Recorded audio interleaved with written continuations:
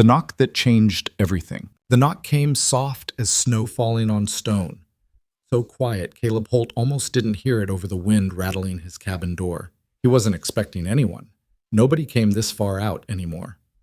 When he finally pulled the latch, two small figures stood trembling in the twilight, girls no taller than fence posts, their faces smudged with dirt and fear. The older one held the younger's hand like it was the only thing keeping them both upright. "Please, mister," she whispered, her voice cracking. "My sister's sick. We just need somewhere warm." That single moment, those desperate eyes meeting his, would shatter the careful walls he'd built around his broken heart. If you want to see how a lonely man and two lost girls become an unbreakable family, stay with me until the end. And please, hit that like button and comment what city you're watching from. I want to see how far this story travels. The Montana sky had turned the color of bruised plums by the time Caleb Holt locked his barn door for the night. March winds still carried winter's teeth this far north, biting through his worn canvas jacket as he crossed the yard toward his cabin. 38 years old, and he moved like a man twice that age. Shoulders hunched, boots dragging furrows through half-frozen mud, eyes fixed on nothing but the next step forward. His property sat 5 miles from the nearest town, nestled in a valley where lodgepole pines crowded close and the mountains rose like cathedral walls. He'd chosen this isolation deliberately, built his solitude with the same calloused hands that had once held his wife's as she died. That was 4 years ago now. 4 years of silence broken only by wind, livestock, and his own breathing. The cabin he'd built with Sarah stood modest but sturdy, logs chinked tight against the cold, a stone chimney that drew smoke clean, windows with actual glass instead of oiled paper. Inside waited the same routine he'd followed for 1,400 nights. Build the fire, heat whatever was left in the pot, eat standing at the counter, wash a single plate and fork, then sit in his chair until exhaustion dragged him to bed. He had his hand on the door latch when he heard it, a sound so faint he almost dismissed it as wind playing tricks. But it came again, tap, tap, tap, deliberate and human. Caleb froze. Nobody came out here. The last visitor had been old Doc Frazier 8 months back, checking if he needed supplies brought from town. Even the circuit preacher had stopped including him on his rounds after Caleb made it clear he had no use for comfort or salvation. The knock came a third time, weaker now. He pulled open the door with more force than necessary, ready to send whoever it was back the way they came. The words died in his throat. 2 girls stood on his porch, children. The older one couldn't have been more than 9, skinny as a rail with tangled brown hair hanging past her shoulders.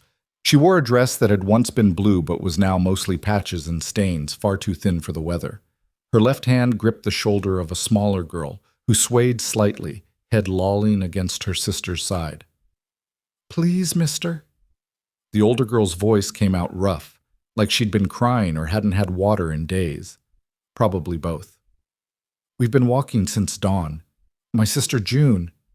She's burning up. We just need somewhere warm for the night." Caleb stared at them, his mind struggling to process what he was seeing. The little one, June, couldn't have been more than 5.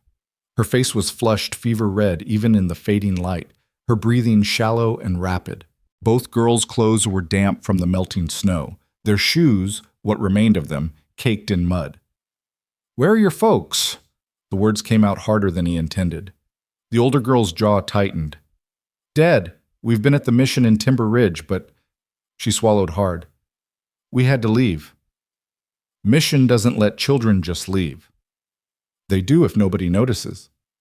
Her eyes met his with startling directness. No begging, no tears, just flat desperation. "If you turn us away, we'll keep walking, but my sister needs help. She needs it now." June chose that moment to cough, a wet, rattling sound that seemed to shake her whole frame. Her eyes opened briefly, unfocused and glassy, then closed again. Caleb felt something crack inside his chest. He recognized that cough. He'd heard it before 4 winters past, when influenza had swept through the territory. Sarah had made that same sound in her final days. "Get inside." He stepped back, holding the door wider. "Both of you." The older girl didn't hesitate. She half carried, half dragged her sister across the threshold. Once inside, she looked around the sparse cabin with quick, assessing eyes. The fireplace, the water bucket, the narrow bed against the far wall, the single chair and small table that constituted his furniture. "Set her by the fire," Caleb said, already moving to build up the flames. "What's your name?" "Lillian." She guided June down onto the braided rug before the hearth. "Lily, and this is June. She's 5. He fed kindling into the coals, blowing them to life. "How long has she been sick?" 3 days. Started with sniffles, then fever came on yesterday." Lily crouched beside her sister, brushing matted hair from the small, fevered face. "I've been trying to keep her cool with creek water, but it keeps getting worse." Caleb grabbed a tin cup and filled it from his water bucket. "Get this in her, little sips. I'll find something dry for you both to wear." He pulled down the wooden chest at the foot of his bed, something he hadn't opened in 4 years. Sarah's things lay inside, carefully folded, still smelling faintly of the lavender sachets she'd loved. His hands shook as he drew out one of her old nightgowns and a shawl. For a moment he just stood there, fabric clutched in his fists, memory threatening to drag him under. "Mister?" Lily's voice pulled him back. He turned to find her watching him with those 2 old eyes. "These will be big on you both, but they're dry and warm." He thrust the clothing at her. "Get June out of those wet things first. I'll step outside." "You don't have to." "I'll be outside." He grabbed his tobacco pouch from the shelf and retreated to the porch, pulling the door shut behind him. His hands still trembled as he rolled a cigarette. The paper tore twice before he got it right. What in God's name was he doing? He'd built this life specifically to avoid moments like this. No connections, no responsibilities, no chances for loss. He fed his livestock, tended his land, and asked nothing of anyone. That was the agreement he'd made with himself the day he lowered Sarah into frozen ground. No more vulnerability, no more heartbreaking attachment to things he couldn't protect. And now 2 children sat in his cabin. Children who needed help. Children whose eyes held the same exhausted grief he saw in his own mirror. He smoked the cigarette down to his fingers, then rolled another. Inside, he could hear Lily's soft voice murmuring to her sister, the sound of fabric rustling, a cough, then quiet words of comfort, ordinary sounds that felt like earthquakes in his carefully controlled world. When he finally went back inside, Lily had changed June into Sarah's nightgown. The garment swallowed the little girl completely, sleeves hanging past her hands, hem pooling around her feet. She lay curled on the rug by the fire, eyes closed, breathing rapid and shallow. Lily had wrapped herself in the shawl, but still wore her damp dress underneath. She looked up as Caleb entered, her posture defensive despite the exhaustion evident in every line of her body. "Thank you," she said quietly. "We'll leave at first light. I promise we won't be trouble." Caleb hung his hat on its peg and moved to the stove. "You'll leave when your sister can walk without falling over. Might be tomorrow, might be longer." He pulled down his dented pot and started filling it with water. "You eaten today?" "We had some bread this morning." "That's not what I asked." Silence answered him. He glanced over his shoulder to find Lily staring at the floor. "There's salt pork in the larder and potatoes in the bin under the counter," he said. "Can you cook?" Her head snapped up. "Yes, sir, I can cook real good. At the mission, I helped in the kitchen every day. I know how to make stew and biscuits, and I can fry eggs, and stew's fine." He set the pot on the stove. "I'll get the pork." They worked in careful silence. Caleb carved chunks of meat while Lily scrubbed potatoes with focused intensity, her small hands working quickly despite obvious fatigue. She moved around his kitchen with the efficiency of someone who'd learned to make herself useful young, anticipating where things would be, adjusting to his space without asking unnecessary questions. While the stew simmered, Caleb mixed up a simple feverfew tea from dried herbs he kept for his livestock. He'd seen it break fevers before, though he was no doctor. He knelt beside June and lifted her head gently. "Need you to drink this, little one." June's eyes fluttered open. Brown eyes, he noticed, darker than her sister's hazel. She looked at him with the confused trust of someone too sick to be properly frightened. "It tastes bad," he told her honestly, "but it'll help." She managed 3 swallows before turning her head away. Her skin felt like sun-heated stone beneath his palm. "That's enough for now," he said, setting the cup aside. He looked up to find Lily watching him with an expression he couldn't quite read. "What?" Nothing. She turned back to the stove quickly. Stew's ready. They ate at his small table, Lily and Caleb on the two chairs he owned, June bundled by the fire. The girl ate like someone who'd learned not to waste food. Quick, efficient bites, her eyes never leaving her plate. She didn't speak until she'd cleaned her bowl. This is the best thing I've eaten in weeks, she said quietly. Thank you. Caleb grunted, uncomfortable with gratitude. It's just stew. It's not just stew to us. Something in her tone made him look at her properly for the first time. She'd pushed her tangled hair back from her face, revealing a bruise along her jawline he hadn't noticed before. Old, already yellowing, but distinct. That mission you mentioned, he said carefully. They do that to you? Lily's hand went instinctively to her jaw. Not the mission. One of the older boys there. He didn't like that I wouldn't... She stopped, her face closing off. It doesn't matter. We left. Ran away. Left, she repeated firmly. June needed better care than they were giving her, and staying wasn't safe anymore. So I waited until everyone was asleep, packed what I could carry, and we walked. 5 miles in the dark with a sick child. 4 miles before she got too heavy. I had to rest a lot after that. Her chin lifted. But we made it, and we'll keep making it soon as she's better. Caleb studied her across the table. The scrap of a girl with bruises on her face and steel in her spine, protecting a sister who'd become her entire world. He recognized that fierce, desperate love. He'd felt it himself once, watching Sarah fight an illness he couldn't punch or shoot or fix. Where were you planning to go? He asked. West. Maybe Oregon territory. I heard there's families there who need help, farms that take on workers. Her hands twisted in her lap. I can work hard. And June's good with animals. She has a way with horses and chickens. We can earn our keep. You're 9 years old. I'm old enough to know we can't go back. Her voice dropped lower. And old enough to know that most folks don't want the trouble of 2 orphan girls with no family and no prospects. So when someone's kind enough to give us a meal and a warm night, I'm grateful. But I also know not to expect more than that. The words hung in the air between them. Not accusatory, just honest. A child who'd learned to manage her expectations before she'd lost her baby teeth. Caleb stood abruptly, his chair scraping against the floorboards. You can sleep in my bed. I'll take the floor by the fire, keep the wood fed through the night. We can both sleep on the floor. I don't want to... The bed. His tone left no room for argument. Your sister needs rest in a proper place, and you look like a strong wind would knock you over. Take the bed. Lily opened her mouth to protest, then seemed to think better of it. She nodded once, then went to June and carefully lifted her. The little girl murmured something incoherent but didn't wake as Lily carried her to the narrow bed and settled her under the quilts.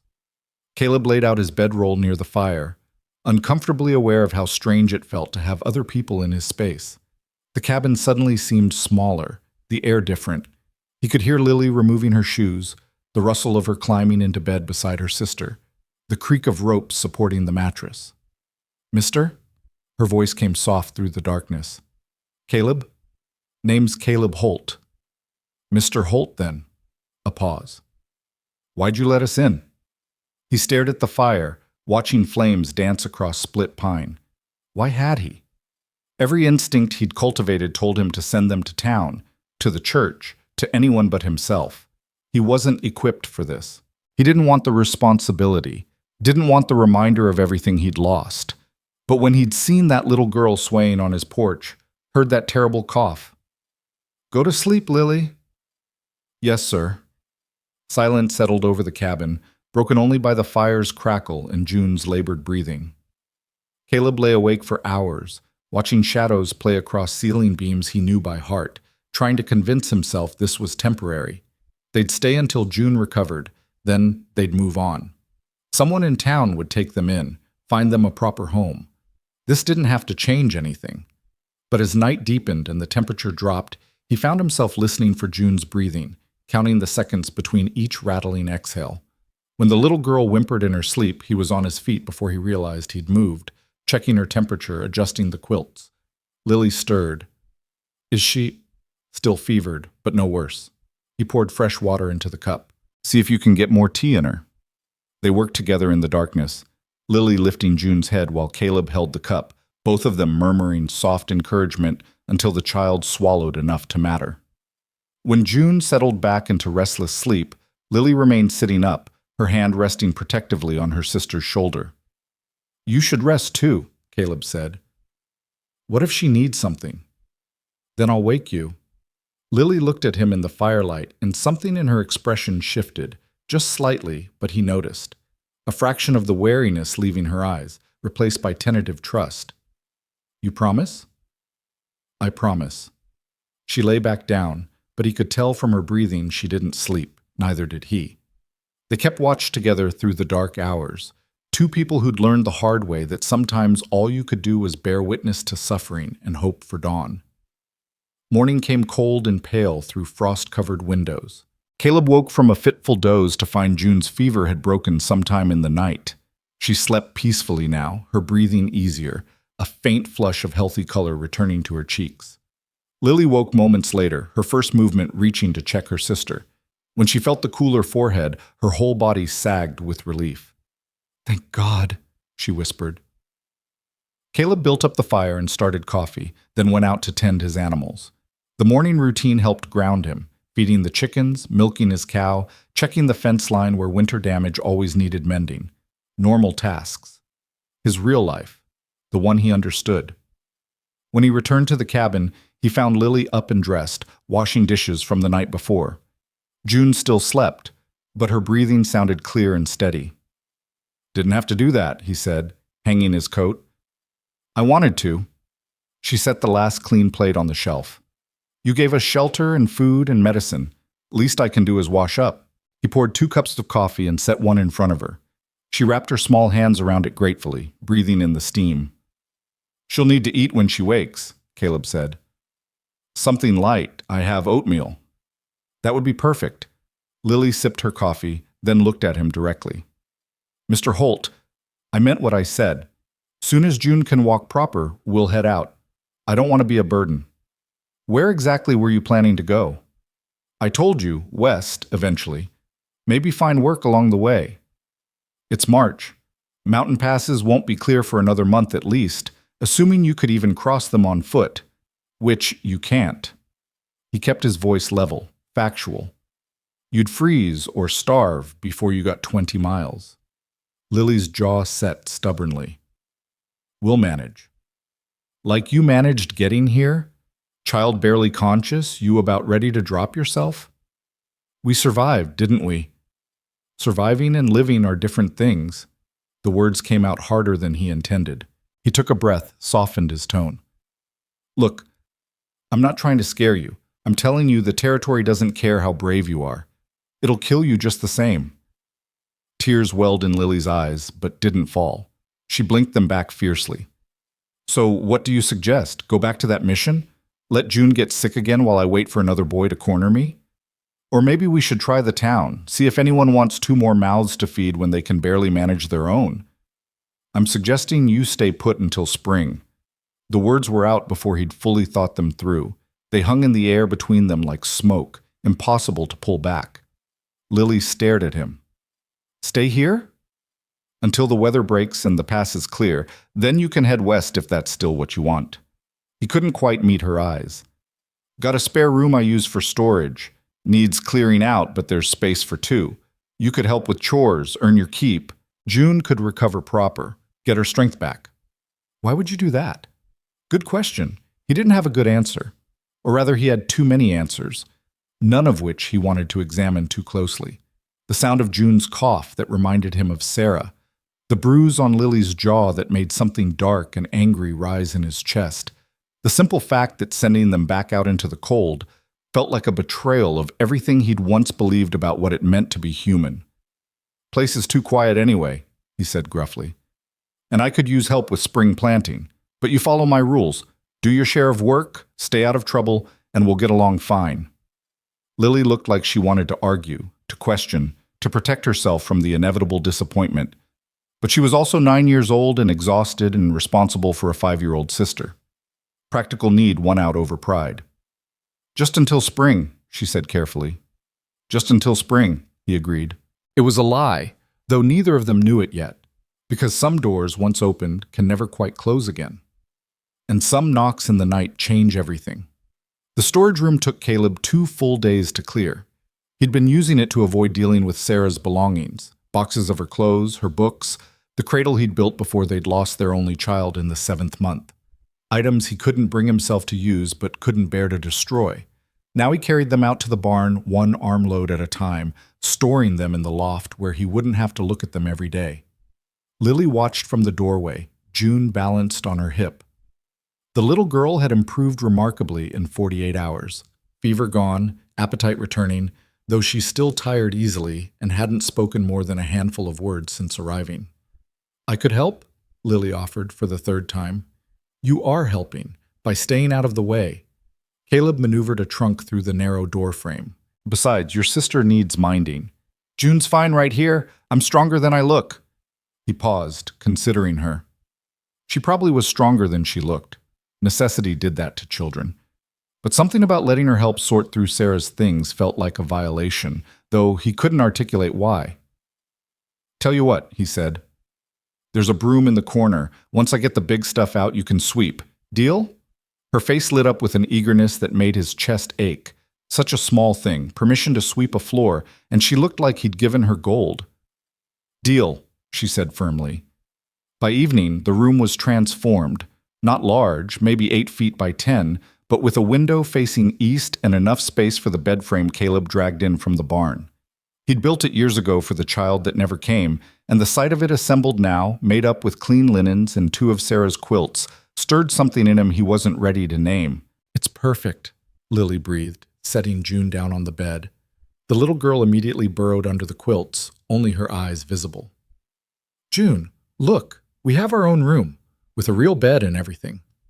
June's eyes moved from her sister to Caleb and back again. She still watched him with the wary uncertainty of a half-wild creature, not hostile, but not trusting either. "Just temporary," Caleb reminded them both, reminded himself. "Until spring." Right, until spring. But Lily was already arranging their few possessions on the small shelf he'd installed: a hair ribbon, a carved wooden horse with 1 ear missing, a book with water-damaged pages. She handled each item with reverence, making the space theirs. That first week established a rhythm Caleb hadn't anticipated. He'd expected awkwardness, friction, the constant awareness of intrusion. Instead, the girls seemed to understand instinctively how to exist in his space without overwhelming it.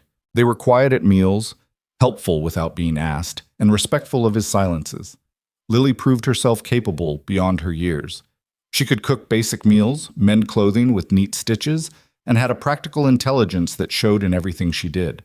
She studied how he built the fire in the morning, then did it herself the next day without being told. She watched him feed the chickens once, then took over the task entirely. "Learned at the mission," she explained when he commented. "They believed in keeping us busy, said idle hands invited trouble." June remained more reserved. She followed her sister everywhere, a small shadow in an oversized nightgown Lily had hemmed up with careful stitches. She didn't speak to Caleb directly, but he'd catch her watching him with those dark, measuring eyes, trying to figure out if he was safe, if this fragile stability would last. He understood that wariness. He'd felt it himself after Sarah died, that constant bracing for the next loss. The second week brought unexpected snow, a late March storm that dumped 8 inches overnight and kept them cabin-bound for 3 days. Caleb woke that first morning to find the girls already up, Lily teaching June letters by the firelight using a piece of charcoal in the back of an old board. "A is for apple," Lily was saying, drawing the letter carefully. "See how it looks like a little house with a line through the middle? Now you try." June took the charcoal with solemn concentration, her tongue poking out as she attempted to copy the shape. Her version looked more like a teepee than a house, but Lily praised it anyway. "That's real good, Junebug. Tomorrow we'll do B." Caleb stood in the doorway of his room, watching them. Something about the scene, the 2 heads bent together, the fierce focus on such a simple task, the pure love evident in Lily's patient teaching, carved into him like water-wearing stone. "Morning," he said, announcing himself. Both girls looked up. June immediately hid the board behind her back, as if expecting punishment for using his materials without asking. "It's just an old scrap piece," Lily said quickly. "I didn't think you'd mind. I can find something else if—" "It's fine." He moved to the stove, measuring coffee by habit. "You teaching her to read?" "Trying to. The mission had some classes, but June was too young for most of them. I want her to know her letters before—" She stopped abruptly. "Before spring," Caleb finished quietly. "Before you head west." "Yes." The words sat heavy between them. Caleb poured water into the pot, very aware of June's eyes on him. The child still hadn't spoken directly to him, but she was listening to every word. "Could teach her numbers, too," he heard himself say. "If you want. Basic arithmetic is useful, no matter where you end up." Lily's face brightened with surprise. "You do that?" "Got nothing but time while we're snowed in." He busied himself with the coffee, uncomfortable with her gratitude. Might as well make use of it. So began the strangest schoolhouse Caleb had ever participated in. After breakfast each day, while wind howled and snow piled against the windows, they'd gather at his small table. He'd start with numbers, counting out dried beans, adding and subtracting them in piles, showing June how numbers were just ways to keep track of things that mattered. June absorbed it all silently, but Caleb could see her understanding growing. Her eyes would light up when she grasped a concept, and she'd look to Lily for confirmation that she'd gotten it right. The sisters had their own language of looks and small gestures, years of being each other's only constant showing in every interaction. Lily, meanwhile, revealed knowledge gaps of her own. She could read well enough but struggled with anything beyond basic addition. Caleb found himself teaching both girls, adjusting his explanations when he saw confusion, feeling an unfamiliar satisfaction when comprehension dawned. The mission focused mostly on Bible verses and prayer, Lily admitted one afternoon. They said that was more important than ciphering. "Prayer doesn't help you figure if a shopkeeper's cheating you on change," Caleb said, "or if you've got enough seed for your planting. Education is practical. Anyone tells you different is trying to keep you dependent." Lily studied him with that too perceptive gaze. "Is that why you read so much? I saw all those books on your shelf." "Reading passes time." "What are they about?" He glanced at the shelf she meant. A dozen volumes, their spines cracked from use. History mostly, some philosophy, one's about agriculture techniques. "Could you read to us? In the evenings, I mean, if it's not too much trouble." The request caught him off guard. "You want me to read to you? June loves stories, and I—" She ducked her head, suddenly shy. "I'd like to hear what those books say. The words you use when you explain things, they're different from mission talk. Like you're treating us like we have actual brains instead of just souls to save." Something in her phrasing made him look at her sharply. "They preach at you a lot there. Every day. Morning prayers, evening prayers, Bible study, confession." Her voice went flat. "We were supposed to be grateful orphans, humble and obedient. Anything else was pride, and pride was sin. That why you left? Beyond the boy who hit you?" Lily's hand went to her jaw, a habitual gesture now, checking a bruise that had long since faded. "Partly, but mostly because June got sick and they said it was God testing her faith. Said if we prayed hard enough, she'd recover. Meanwhile, she got worse every day, and they still wouldn't call a doctor because that would show lack of trust in divine providence." Her voice shook with suppressed anger. "I'm not smart about a lot of things, Mr. Holt, but I know God didn't give June influenza to test her. She's 5 years old, and I know that prayer without action is just words in the wind." Caleb found himself nodding. He'd had similar thoughts during Sarah's illness, watching well-meaning neighbors pray while offering no practical help. Faith was fine for those who could afford it, but survival required something more tangible. "I'll read to you," he said. "After supper." Lily's smile could have lit the dark cabin brighter than any lantern. That night, he pulled down a volume of Washington Irving's Tales and read by firelight. While the girls sat on the floor, June curled against her sister. He felt self-conscious at first, aware of his rough voice stumbling over elegant prose. But the girls listened with such rapt attention that he forgot to feel awkward, lost himself in the rhythm of storytelling. When he finished the tale of Rip Van Winkle, June spoke for the first time in his presence. "Again," she whispered. It was barely audible, but in the quiet cabin it rang like a bell. Lily looked as shocked as Caleb felt. "Junebug, you talked!" The little girl burrowed deeper against her sister, suddenly shy of the attention, but she nodded, confirming the request. Caleb cleared his throat. "It's late, but tomorrow night I'll read another one. Deal?" June peeked out at him, then nodded again. "All right then, off to bed with both of you." They went without protest, Lily practically glowing with joy at this small breakthrough. After their door closed, Caleb sat for a long time staring into the fire, the book still open in his lap. He'd told himself this was temporary, that he was simply providing shelter until circumstances allowed the girls to move on. But temporary things didn't usually involve teaching arithmetic or reading bedtime stories. Temporary things didn't reshape your days around small needs and smaller triumphs. He was getting attached. The realization settled over him like fresh snow, quiet, inevitable, already changing the landscape.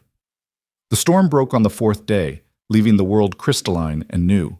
Caleb went out to check his animals and found a winter-killed deer near his fence line. Fresh meat was too valuable to waste, so he spent the morning butchering it, his hands remembering the precise cuts even after years of working alone.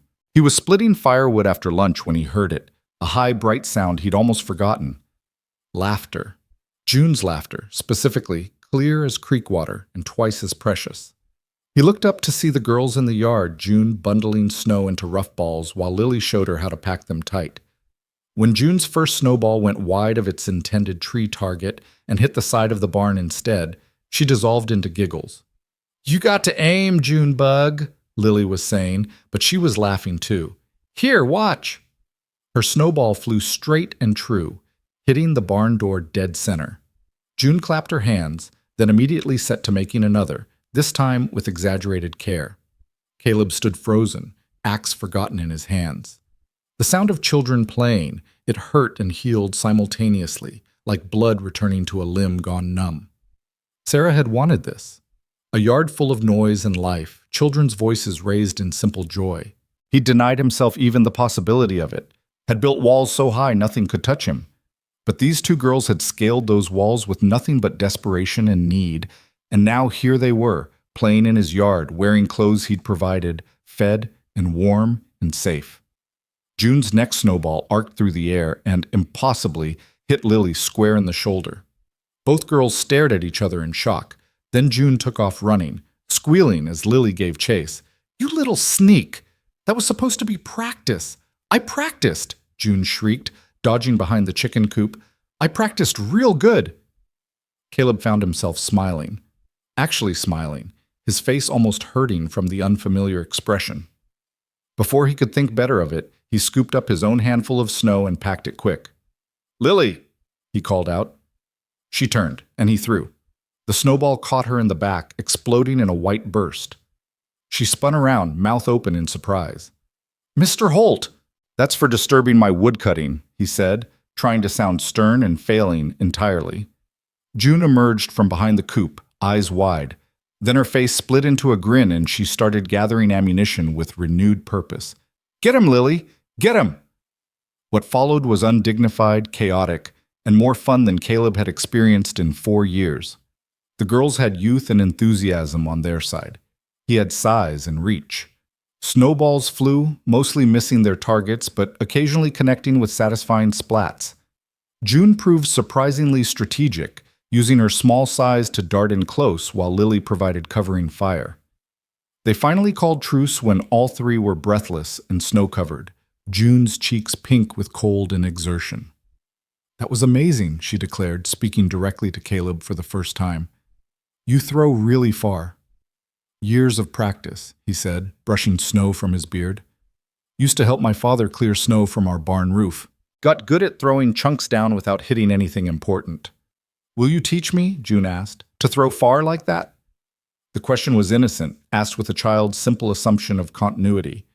But it implied a future, lessons to come, time stretching beyond the temporary arrangement they'd agreed to. Caleb glanced at Lily, saw his own uncertainty reflected in her face. She knew what her sister was doing, building connections that would hurt to break when spring came. "Sure," he heard himself say. "I'll teach you." June beamed. Can we practice tomorrow?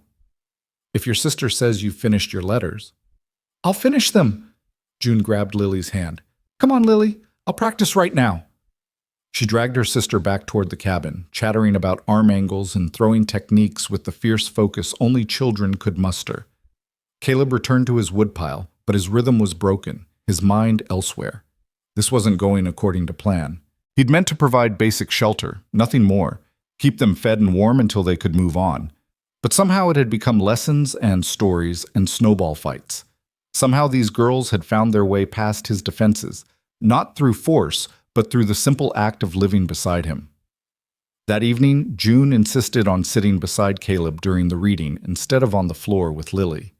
She leaned against his arm, her small body warm and trusting, as he read about Ichabod Crane's misadventures. When he finished, she tilted her head back to look at him. Do you think the horseman was real? She asked seriously. Or just Brom playing tricks? What do you think? She considered this, her forehead wrinkling. I think maybe Brom wanted everyone to believe it was real, so nobody would know it was him. That's smart. If you're going to play a trick, make it so good people tell stories about it. That's good thinking, Caleb said. June's always been clever, Lily added from her spot by the fire. She notices things other people miss.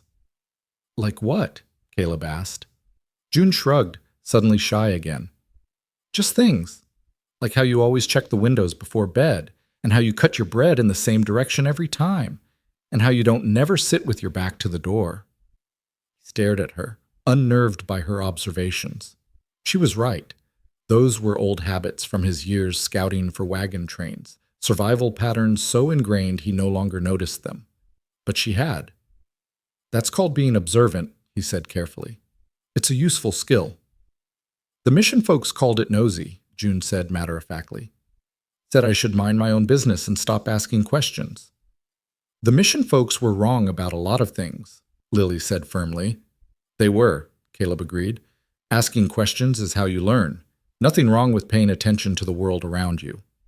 June's smile was small but genuine. She settled more comfortably against his side, and Caleb felt something in his chest give way, not breaking exactly, but shifting. Making room. The weeks that followed fell into their own pattern. Mornings were for chores and lessons, afternoons for whatever work the season demanded. Caleb started including the girls in his daily routines, showing Lily how to collect eggs without startling the hens, teaching June to identify animal tracks in the snow. Small skills, practical knowledge, the kind of education that came from living rather than books. Lily proved herself remarkably capable with the livestock.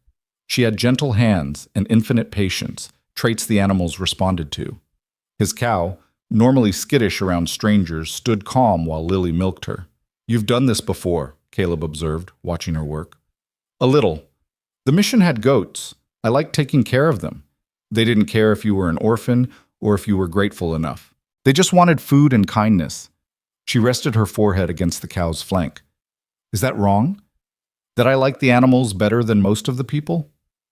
No. Animals are honest about what they need. People tend to complicate things. She looked up at him, really looked, and he saw understanding pass between them. Both of them had chosen solitude for similar reasons, not because they hated people, but because people came with expectations and judgments and complications they weren't equipped to handle.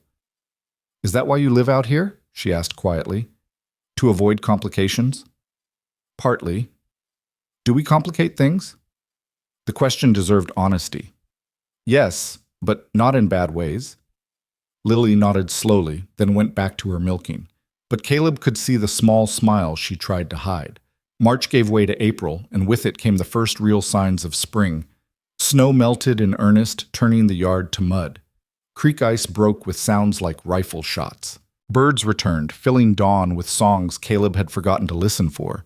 The girls had been with him 6 weeks now, and the cabin no longer felt like his solitary refuge. It felt like a home. Small signs of their presence marked every room. June's attempts at letters pinned to the wall, Lily's mending basket by the fire, the faint scent of the soap she made from his tallow and wood ash. He'd stopped thinking about when they'd leave and started thinking about things like whether June needed new shoes before summer, whether Lily would want her own garden plot to tend. It was dangerous thinking. He knew it, but he couldn't seem to stop. One evening in mid-April, after the girls had gone to bed, Caleb sat by the dying fire and forced himself to face what he'd been avoiding. He cared about them. More than cared. He'd become responsible for them in ways that went beyond temporary shelter. They'd become his. The realization terrified him. Caring meant vulnerability, and vulnerability meant pain when loss inevitably came. He'd sworn after Sarah that he'd never again give anyone the power to destroy him the way her death had. But maybe, a small voice whispered, maybe it was worth the risk. Maybe living in fear of loss meant never really living at all. He was still wrestling with these thoughts when Lily's door creaked open. She padded out in her nightgown, her hair loose around her shoulders. "Can't sleep?" he asked. "June had a nightmare. She's settled now, but She hugged herself, looking younger than her 9 years. "Can I sit with you a minute?" "Of course." She curled up in Sarah's old chair, pulling a blanket around her shoulders. For a while they just sat in comfortable silence, watching embers glow. "Mr. Holt," Lily finally said, "can I ask you something?" "Go ahead." "When we first came here, you said until spring. It's spring now. The passes are opening. But you haven't said anything about us leaving." She looked at him with those two old eyes. "Are you waiting for us to go? Or are you waiting for something else?" The question hung between them like smoke, impossible to ignore. Caleb stared into the fire, acutely aware of Lily's gaze on him. The weight of her hope and fear mingled in those few words. He'd known this conversation was coming, had felt it building for weeks, but having it arrive still felt like standing at a cliff's edge. "I don't know," he said finally, because honesty seemed the only fair thing to offer. "I told myself it was temporary because that felt safer, easier. But nothing about you two has been easy, Lily, or temporary." She pulled the blanket tighter around herself. "We could go. If that's what you want. I meant what I said. I don't want to be a burden." "You're not a burden." The words came out rougher than he intended. "But I'm not. I don't know how to do this. How to be what you need." "You've been doing it for 6 weeks. That's different. That was just getting through each day. But if you stay, really stay, that's something else entirely. That's me saying I can be responsible for 2 children when I couldn't even protect—" He stopped abruptly, the words catching in his throat. Lily watched him with understanding far beyond her years. "You had a family before. That's whose clothes we're wearing, isn't it? That's why the bed was already built." He nodded, unable to speak. "What happened to them?" "Wife died 4 years ago. Influenza, same as what June had. Baby—" He had to stop, breathe, force the words out. "Baby didn't make it either. Sarah was 7 months along when she got sick. Fever took them both inside a week." The cabin fell silent except for the fire's whisper and the wind outside. Lily didn't offer empty condolences or try to fill the quiet with platitudes. She just sat with him in his grief, honoring it with her presence. "I'm sorry," she said quietly. "That's a terrible thing to lose." "It is." He looked at her then, this child who'd already survived more loss than most adults. "And it made me afraid. Afraid to care about anything again, because caring hurts too much when it's taken away." "But you let us in anyway."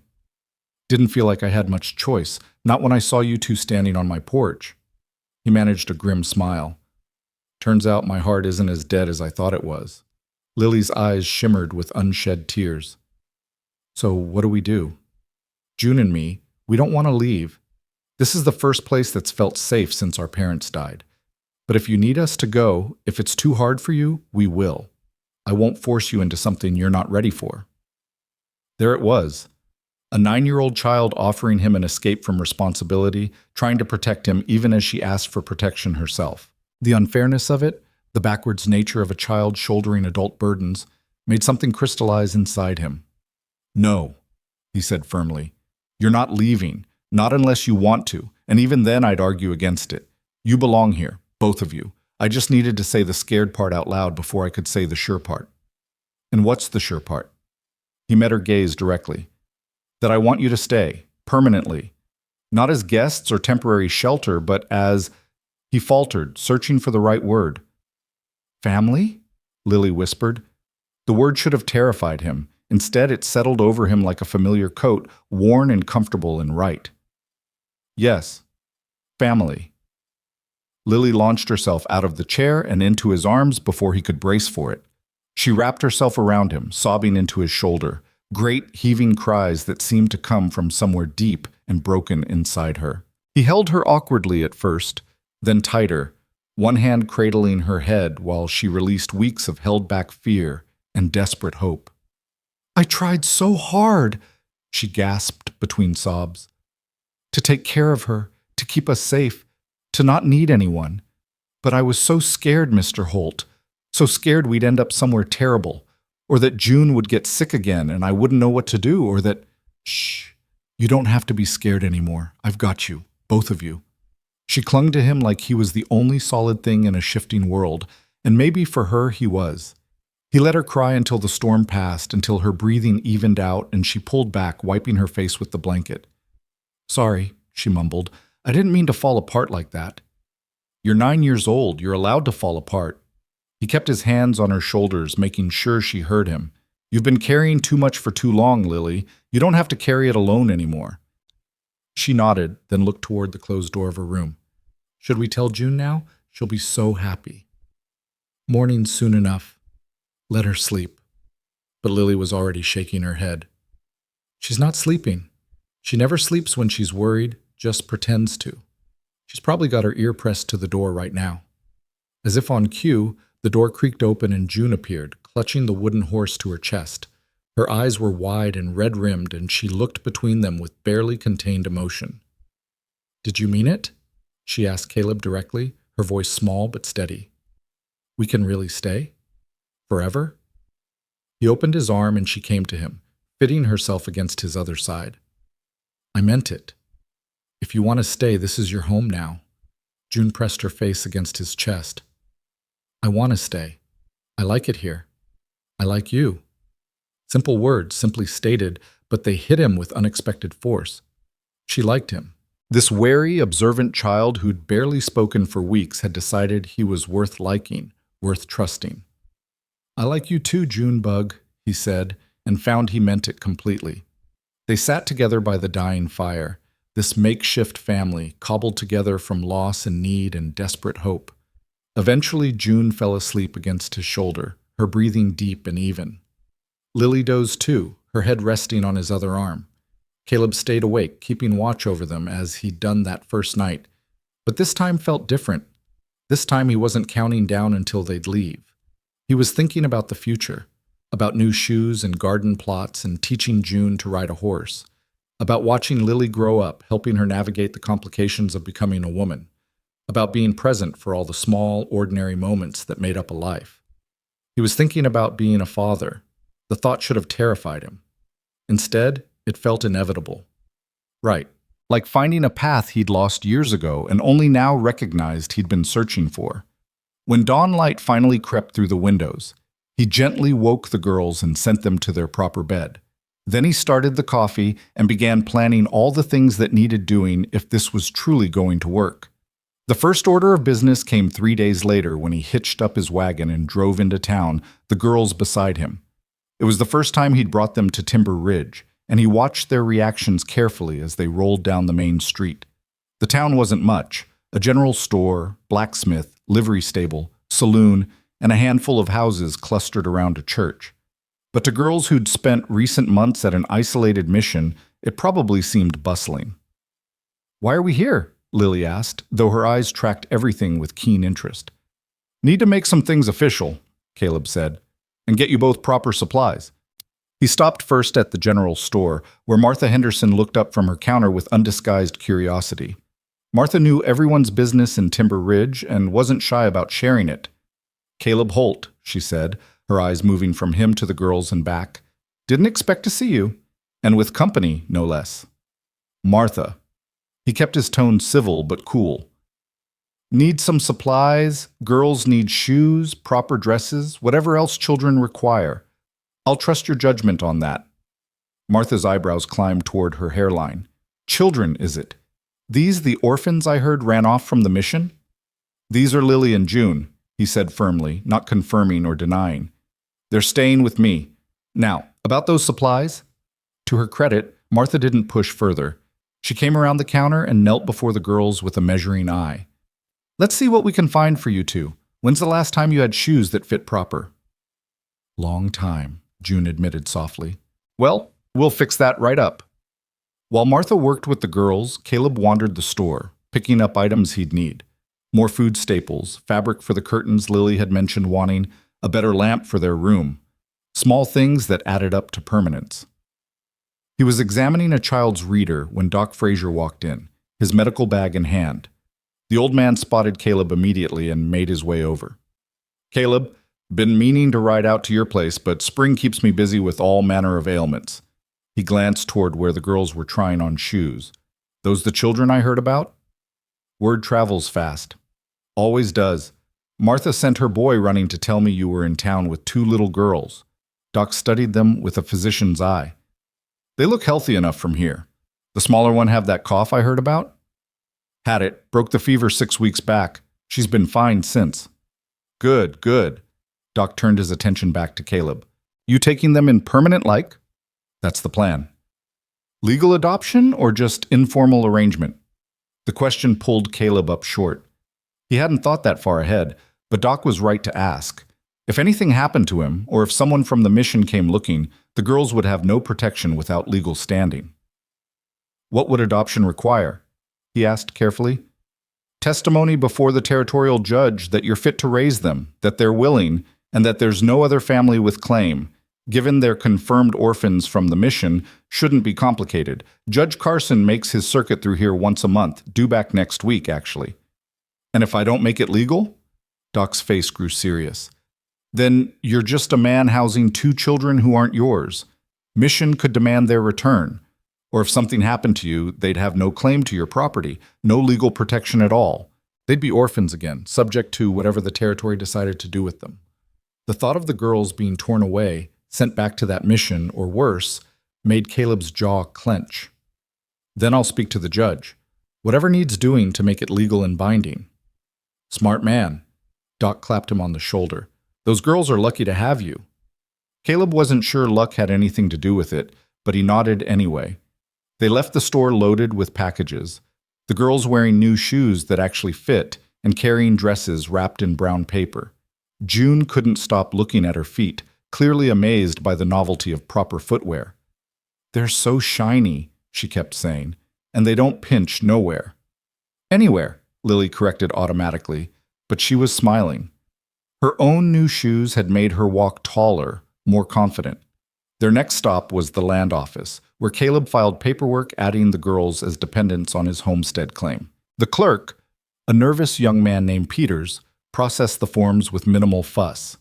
Judge Carson will need to approve the adoption when he comes through, Peters said, stamping documents with official-looking seals.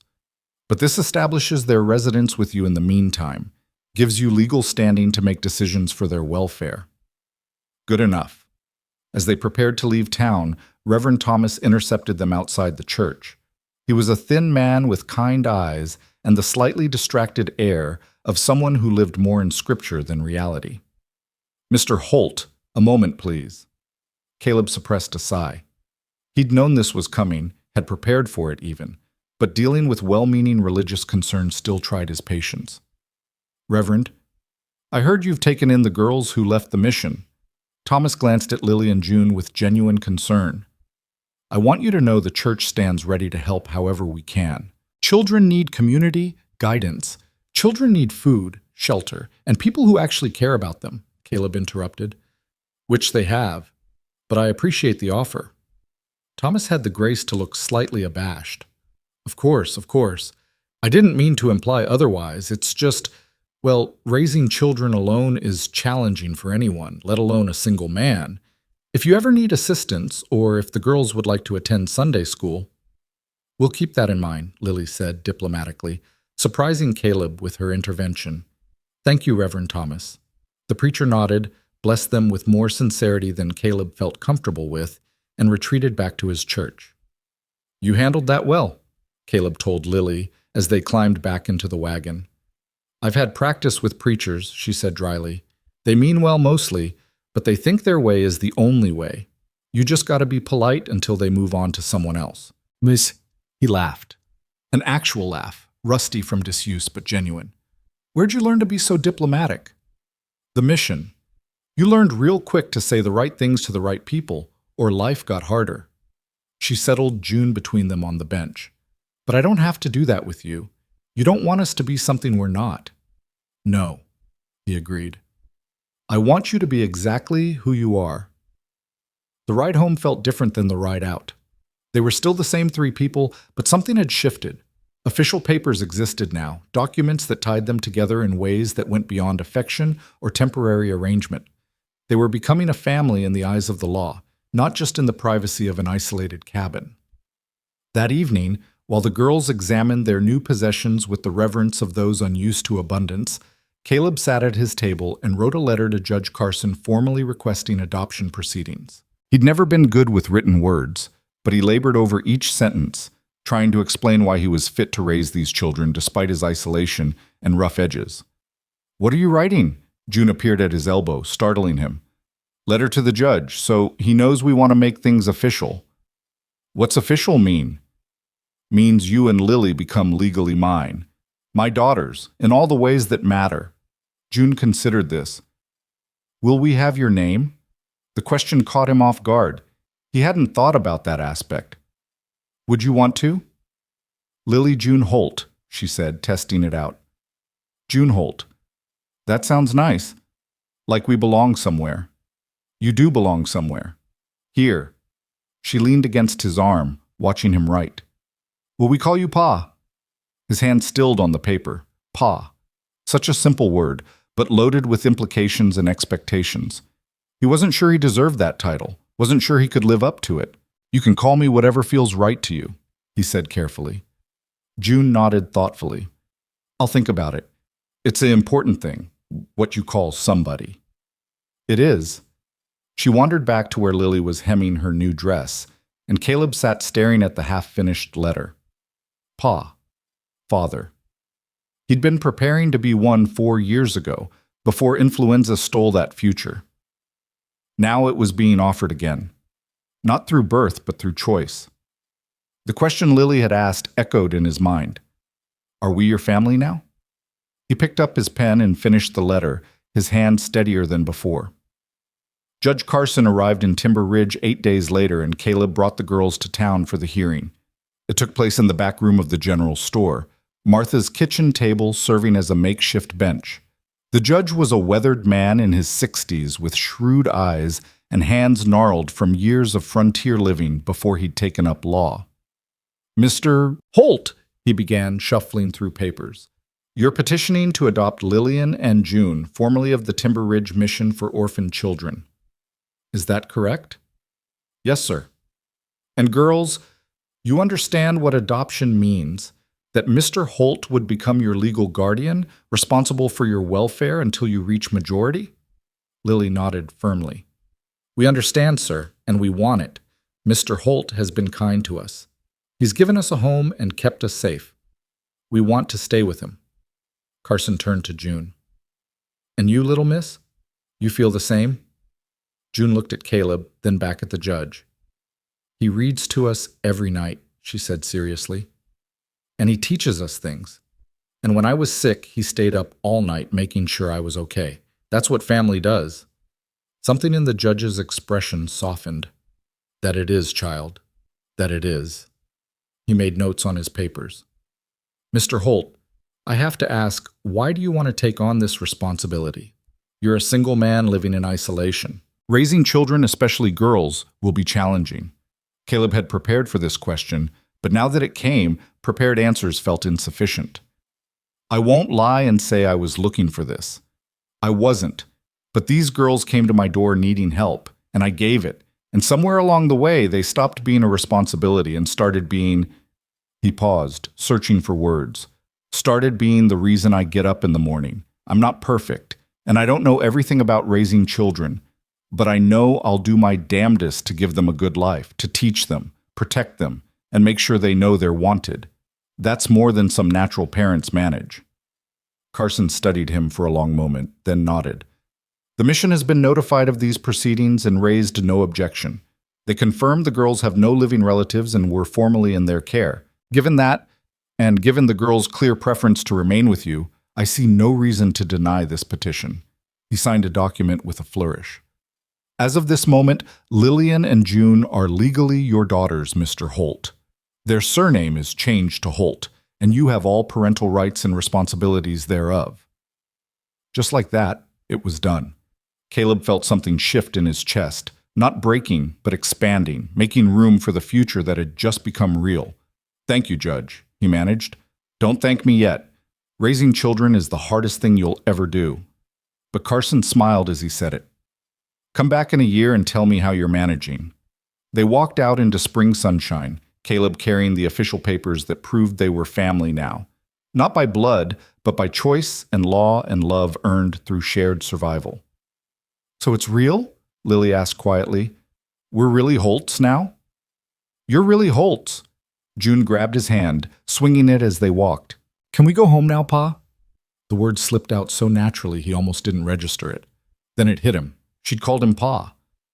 Decided that was who he was to her, what felt right. His throat went tight with emotion he didn't know how to express. Yeah, Junebug. Let's go home. The ride back felt triumphant, the three of them squeezed together on the wagon bench. Lily kept touching the papers like they might disappear if she didn't keep checking. June sang, an off-key, made-up song about spring and sunshine and having a real family. Caleb let the wagon horse set its own pace, in no hurry to end this perfect moment. But moments, perfect or otherwise, never lasted as long as you wanted them to. They were still 2 miles from home when Caleb noticed smoke on the horizon. Too much smoke, too dark, coming from exactly where his property lay. His stomach dropped like a stone. Hold on, he told the girls, snapping the reins. The horse lurched into a faster pace. As they crested the final ridge, the worst was confirmed. His barn was on fire, flames leaping toward a cloudless sky, smoke billowing in great black columns. The cabin still stood, but embers were drifting toward it on the wind. Stay in the wagon, he ordered, already jumping down. We can help, Lily protested. Stay in the wagon. He ran for the barn, assessing as he went. The fire was already too advanced to save the structure, but his livestock, he could hear the cow bellowing inside, the chickens squawking in panic. He grabbed a feed sack, dunked it in the horse trough, and wrapped it around his head and shoulders. Pa, no! June's scream barely registered as he plunged into smoke and heat. The interior was hell, flames eating through dry hay and old wood, heat so intense it felt like breathing fire. He found the cow first, eyes rolling white with terror, and cut her loose from her stall. She bolted past him toward open air. The chickens were already mostly dead from smoke, but he kicked open their coop and the few survivors fled in a panicked flutter. He was turning to leave when he heard it. A different sound, out of place among the roar of flames. Footsteps. Someone else was in the barn. Who's there? He shouted. A figure emerged from the smoke. A young man, maybe 19 or 20, with the build of someone who worked hard and the face of someone who enjoyed cruelty. He held a pitchfork like a weapon. You the one who took the girls? The man demanded. Understanding hit Caleb like a fist. You from the mission. Name's Burke. I came for what's mine. They're not yours. They're not anyone's but their own, and legally now, they're mine. Adopted official as of 2 hours ago. Burke's face twisted. Don't care about your papers. That little Lily owes me, running off like she did. Made me look bad with the mission folks. Made them think I couldn't manage a few orphans. Because you hit her.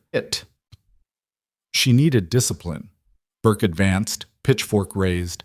And now she needs to learn there's consequences for running. But first, you need to learn not to interfere in things that don't concern you. Caleb's hands clenched into fists. He'd left his rifle in the wagon, hadn't been expecting violence, but years of rough living had taught him other ways to handle threats. You set my barn on fire. Wanted to get your attention. Worked pretty good, didn't it? Burke grinned through the smoke. Now you're going to call those girls over here, and I'm going to take them back where they belong. Like hell. Burke swung the pitchfork. Caleb dodged, feeling tines whistle past his ribs. The barn was collapsing around them, flames spreading faster now. This was insanity, fighting in a burning building, but Burke seemed beyond reason, driven by wounded pride and anger. Caleb caught the pitchfork's handle on the next swing, wrenched it sideways, and drove his fist into Burke's gut. The younger man doubled over, and Caleb brought his knee up hard into his face.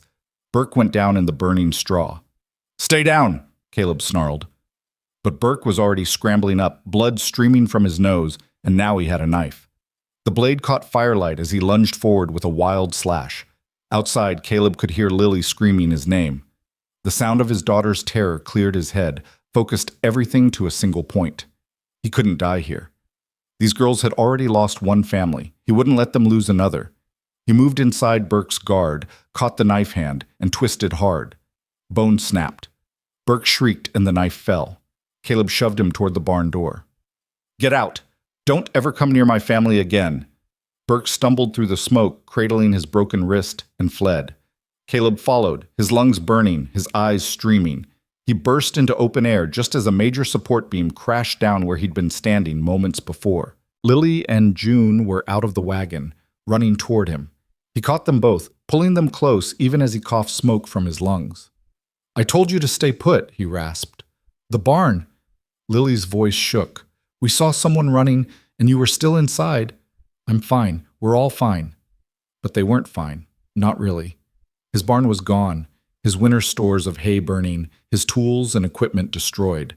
The damage was catastrophic, months of work reduced to ash and char. And Burke had done it deliberately, out of spite and rage at losing control over two children he'd seen as his to torment. Caleb held his daughters tighter, watching his barn collapse in a shower of sparks. Material things could be rebuilt. What mattered was right here in his arms, safe and whole and his. "He's gone now," he told them, "and he won't be back." June looked up at him, her face smudged with soot and tears. "You saved the animals. You could have died." "Wasn't planning to." He managed a grim smile. "Takes more than a fire to get rid of me." They stood together watching the barn burn down to coals, the three of them silhouetted against the smoke-stained sky. The official papers proclaiming them family lay in the wagon, slightly singed but intact. It seemed fitting somehow, baptism by fire for this new life they were building together.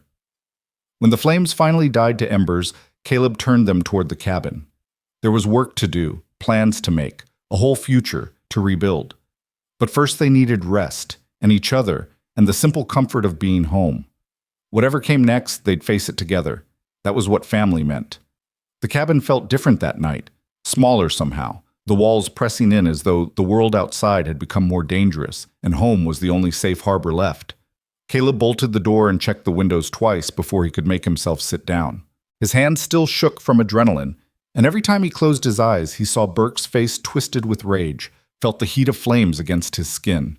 The girls sat close together on their bed, neither speaking, both watching him with eyes that had seen too much for one day.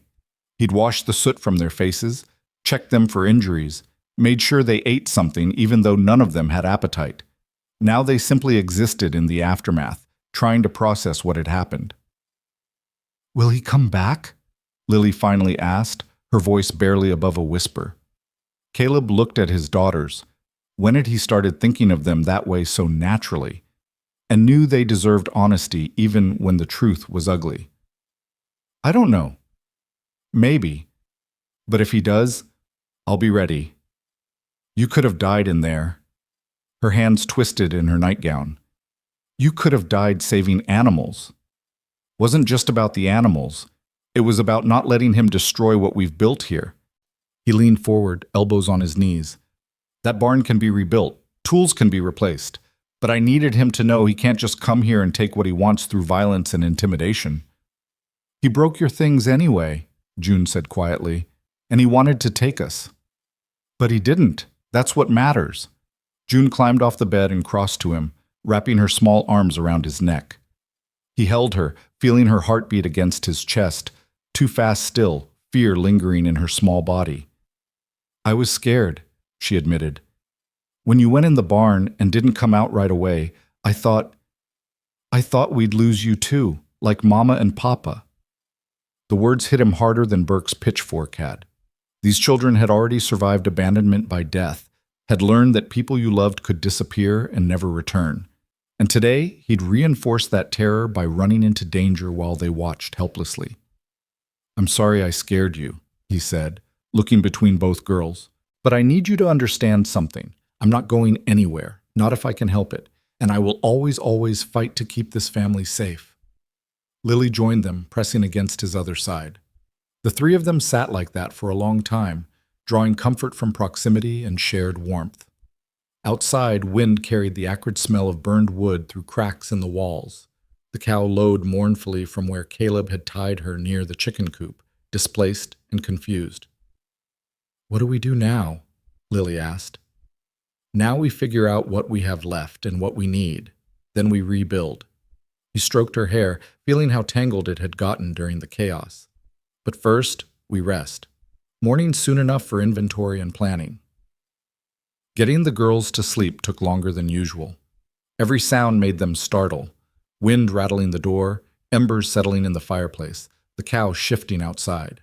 Caleb stayed with them until exhaustion finally claimed them both, then retreated to his own bed, though he knew sleep wouldn't come easily. He was right. He lay awake for hours, mind racing through implications and consequences. Burke had found them once. He could find them again. The mission knew where Caleb lived now, knew the girls were here. Even with legal adoption papers, would that stop someone determined enough? And what about the damage itself? He'd lost most of his tools, all his stored hay, the structure that housed his livestock during bad weather. Rebuilding would take time and money he didn't have abundance of. But worse than the practical concerns was the fear he'd seen in his daughter's eyes. They'd felt safe here, and Burke had shattered that safety with a single act of arson. How did you rebuild a child's sense of security once it had been broken? Dawn came gray and cold, smoke still drifting from the barn's ruins. Caleb rose before the girls woke and went to assess the damage in full light. The destruction was total. Support beams collapsed into charred wreckage, roof gone, one wall partially standing like a broken tooth. His forge was buried under debris, his carpentry tools melted or ruined by heat. The leather tack he'd carefully maintained had burned to nothing. He was picking through the ashes when Doc Frazier's wagon came rattling up the drive, Martha Henderson beside him on the bench. "Saw the smoke from town yesterday," Doc called out, climbing down stiffly. "Came to see if anyone needed doctoring." "We're fine. Barn's gone, but no one was hurt." Martha surveyed the ruins with a practiced eye. "That's a hard loss, Caleb. Spring planting season too. You'll need that barn for equipment and storage." "I know it." "We heard it was arson," Doc said carefully. "Young man from the mission asking around town about 2 girls who ran away. Same one who showed up at your place?" Caleb nodded, not trusting himself to speak about Burke, without rage coloring every word. Martha's lips pressed into a thin line. "That boy always had a mean streak. Mission folks thought discipline and prayer would beat it out of him, but some people are just born with cruelty in their bones." She reached into her wagon and pulled out a large basket. "Brought food, fresh bread, preserves, some salt pork. Figure you've got enough to worry about without cooking." The kindness surprised him. He'd kept himself separate from the community for so long, had expected judgment rather than support. Thank you. You didn't have to do that." "Yes, we did," Doc said firmly. "You're part of this community, whether you like it or not. And those girls are under your protection now, which makes them ours too. Nobody's going to stand by while some hothead tries to harm children." The cabin door opened and Lily appeared, her hair hastily braided, June clinging to her hand. They stopped short at seeing visitors. "It's all right," Caleb called to them. "Doc Frazier and Mrs. Henderson came to check on us." Martha immediately bustled toward the girls with her basket. "Look at you two. You've grown since I saw you last week. And those dresses I sold you are holding up nice. Come here and let me look at you proper." The girls submitted to her maternal inspection with varying degrees of comfort. June hid behind Lily, but Lily stood straighter, clearly trying to make a good impression. "We're fine, ma'am," Lily said politely. "Pa made sure we stayed safe." Pa. She'd called him Pa now too, the title spreading naturally from June to her. Caleb felt something warm bloom in his chest despite the destruction surrounding them. Martha caught it too, her eyes flicked to him with approval. "That's good. That's real good. A girl needs a father who'll protect her." She turned back to the girls. Now, I don't want you worrying about rebuilding. The men in town will help. That's what community does. I can't ask people to, Caleb started. You're not asking, we're offering. Doc cut him off with the authority of a man used to being obeyed. Tomorrow's Sunday. I'll spread word after service. We'll organize a barn raising for next Saturday. Should be enough hands to get a basic structure up in a day. Caleb's throat went tight. He'd been alone so long, had convinced himself he preferred it that way. But now people were offering help without him asking, simply because it was needed. The weight of that generosity made him feel unsteady. I don't know what to say, he admitted. Say you'll have coffee ready for the workers, Martha said briskly. And maybe some of that stew Lily makes. Word around town is she's got a hand for cooking. Lily's face flushed with pride at the compliment. I can do that. I can cook for lots of people. After Doc and Martha left, Caleb gathered the girls and they sat at the table with the basket of food between them. He made coffee while Lily sliced bread, and for a few minutes they just existed in quiet domesticity. They called you Pa, Caleb said finally, looking at Lily. Both of you. Is that okay? June asked anxiously. You said we could call you what felt right. It's more than okay. I was just... He paused, searching for words. I was just honored that you trust me enough to call me that. Lily spread preserves on bread with careful concentration. At the mission, they told us we'd never have real families again, that orphans like us had to be grateful for whatever scraps of charity people gave us. But this doesn't feel like charity. This feels like home, June finished. This feels like home. It is home, Caleb said firmly, and nobody's taking that away from us. Not Burke, not the mission, not anybody. They ate Martha's bread and planned their week. The girls would help salvage what could be saved from the barn ruins. Caleb would ride to town for materials and tools to replace what was lost. They'd prepare for the barn raising, make food for the workers, figure out how to manage livestock without proper shelter in the meantime. But underneath the practical planning, Caleb sensed something had shifted in his daughters. They were quieter, more watchful, their easy laughter from recent weeks gone. Burke's violence had reminded them the world wasn't safe, that bad things could happen even in places that felt secure. That night, June woke screaming from a nightmare. Caleb was at her bedside before he was fully conscious, Lily already there trying to soothe her sister. Shh, Junebug, you're safe. It was just a dream. He was here, June sobbed. The bad man was here, and the whole cabin was on fire, and we couldn't get out. But we did get out, and the cabin's fine. Look around, see?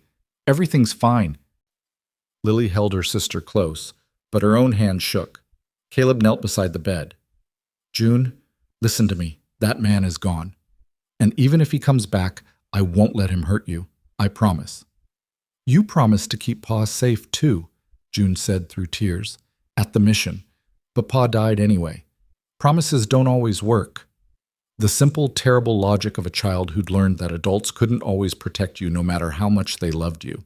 Caleb had no answer that wouldn't sound empty or false. So instead he did the only thing he could. He picked her up, carried her to his own bed, and settled her under the quilts. You're sleeping here tonight, both of you. He looked at Lily, who hesitated in the doorway. Come on. If we're all together, we can keep watch for each other. Lily climbed in on June's other side, and the three of them lay in the darkness listening to each other breathe. It wasn't a permanent solution. He couldn't protect them from nightmares or guarantee nothing bad would ever happen. But he could be present, could offer the comfort of proximity and the knowledge they weren't facing their fears alone. Tell us about when you were little, June whispered. Before you came here. So he did. He told them about growing up in Tennessee, about his father teaching him to work wood and his mother's garden that grew vegetables so big they won prizes at the county fair. He told them about coming west as a young man, full of dreams about building something that mattered. He talked until June's breathing evened into sleep, until Lily's tension eased. Thank you, Lily murmured, half asleep herself, for staying with us. Always, he promised. I'll always stay. The week passed in hard work and small adjustments. Caleb rode to town and came back with replacement tools bought on credit he'd pay off over the next year. The girls helped sort through barn wreckage, finding items that could be salvaged. A few unburnt boards, some metal pieces that could be reshaped, the anvil from his forge miraculously intact. They developed new routines to accommodate the loss. The cow was milked outside now, the chickens housed in a hastily built coop attached to the cabin. Caleb fashioned a lean-to for equipment storage. It was temporary and inadequate, but it would suffice until the barn raising. Burke didn't return, but the fear of him did. Every unexpected sound made the girls freeze. Every stranger on the road made them run inside. Caleb started carrying his rifle everywhere, even just to feed the cow. He'd thought adopting them would be the hard part. He hadn't counted on having to defend that choice with violence and vigilance. Saturday arrived with perfect weather, clear skies, mild temperature, the kind of day that made you believe spring might actually win against winter. Caleb was up before dawn preparing, but found the girls already awake and working. "We made extra biscuits," Lily announced, gesturing to several dozen cooling on every available surface. "And there's stew in the big pot. June's been practicing her thank yous for when people arrive." "Thank you for helping us," June recited dutifully. "We're very grateful for your kindness." Caleb felt his throat tighten with pride and love for these two who'd taken on adult responsibilities without complaint. "You both did good. Real good." Wagons started arriving by 8 o'clock. Doc Frazier came with his sons, 3 strapping young men who worked as ranch hands. The blacksmith brought his tools and expertise. Even Reverend Thomas showed up with several members of his congregation, ready to work despite Caleb's absence from services. Martha Henderson arrived with a wagon full of food and immediately took charge of the cooking area, directing Lily with the efficiency of a general commanding troops. More families came, men Caleb recognized from town but had never spoken to beyond basic commerce, all here to help rebuild what Burke had destroyed.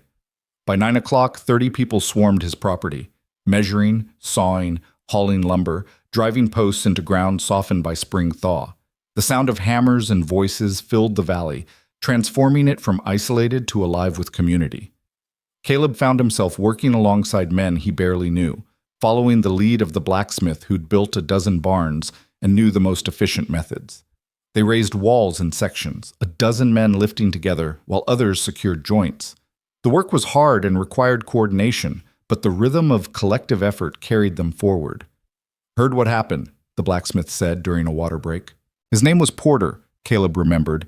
Married, 5 children, a steady man who let his work speak louder than his words. "The Burke character. He bothering you still?" "Haven't seen him since the fire." "Won't see him again, I expect.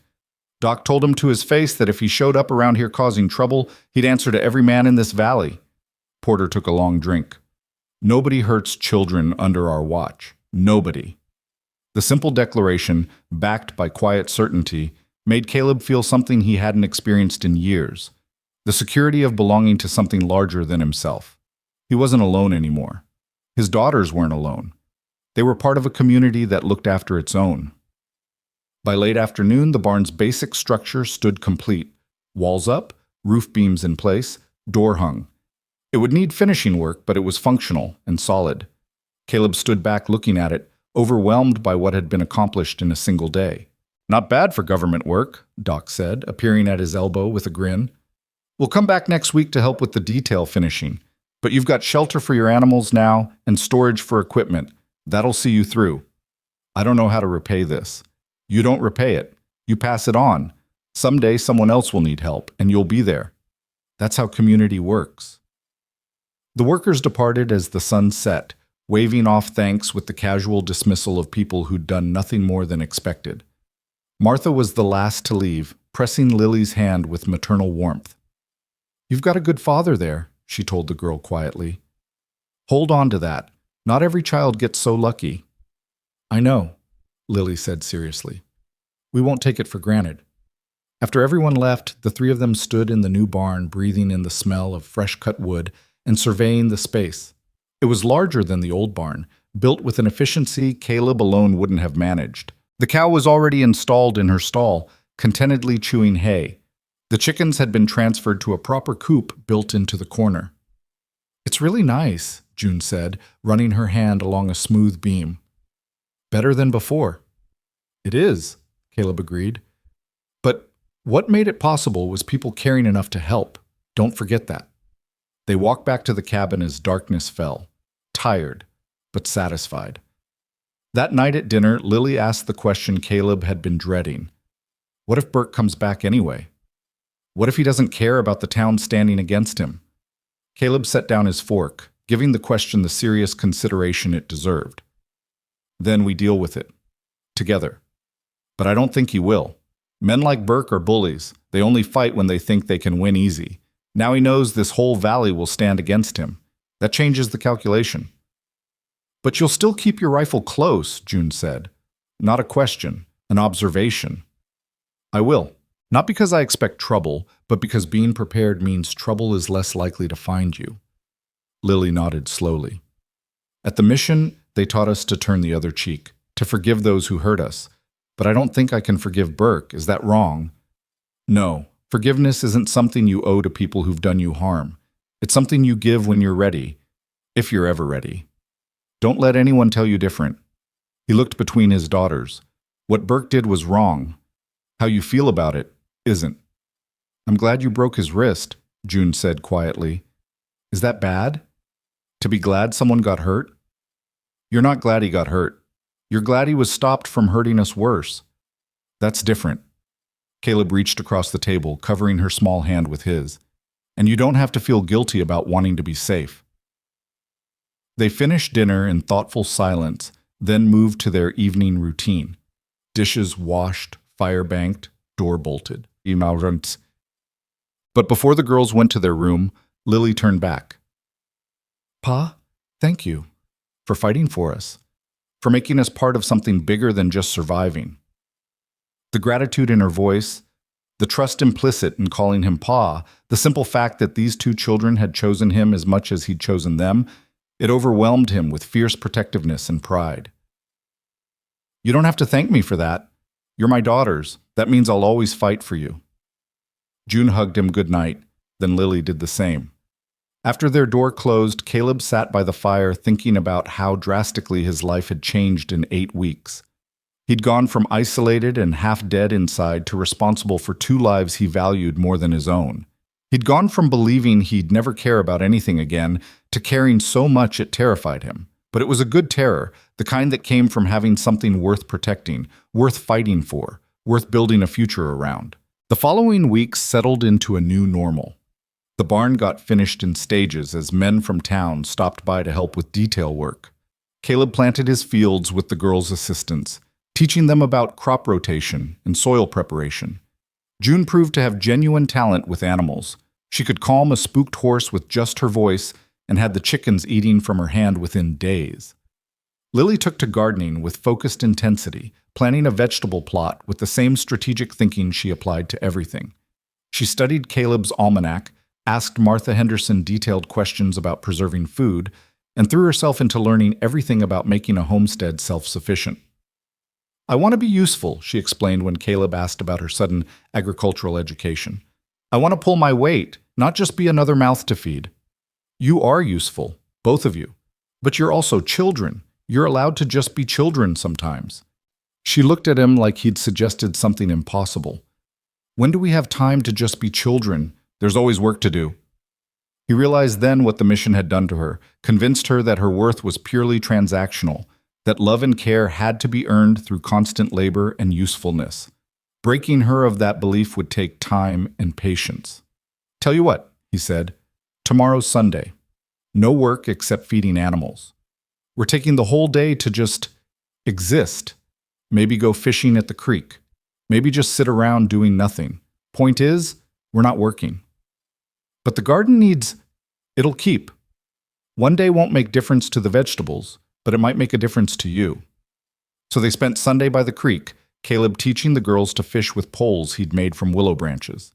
June caught 3 fish with beginner's luck, squealing with delight each time.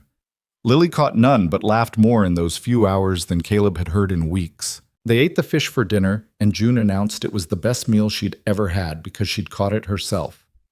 These were the moments Caleb tried to hold on to, the ordinary, perfect moments that proved they were building something real and lasting.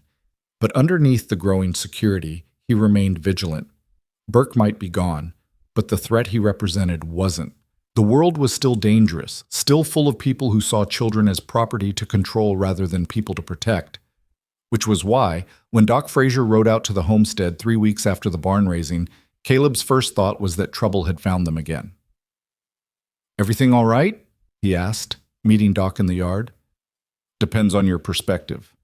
Doc dismounted, his expression serious. "Had a visit from territorial authorities yesterday. They received a complaint from the mission about you harboring runaways and potentially abducting children."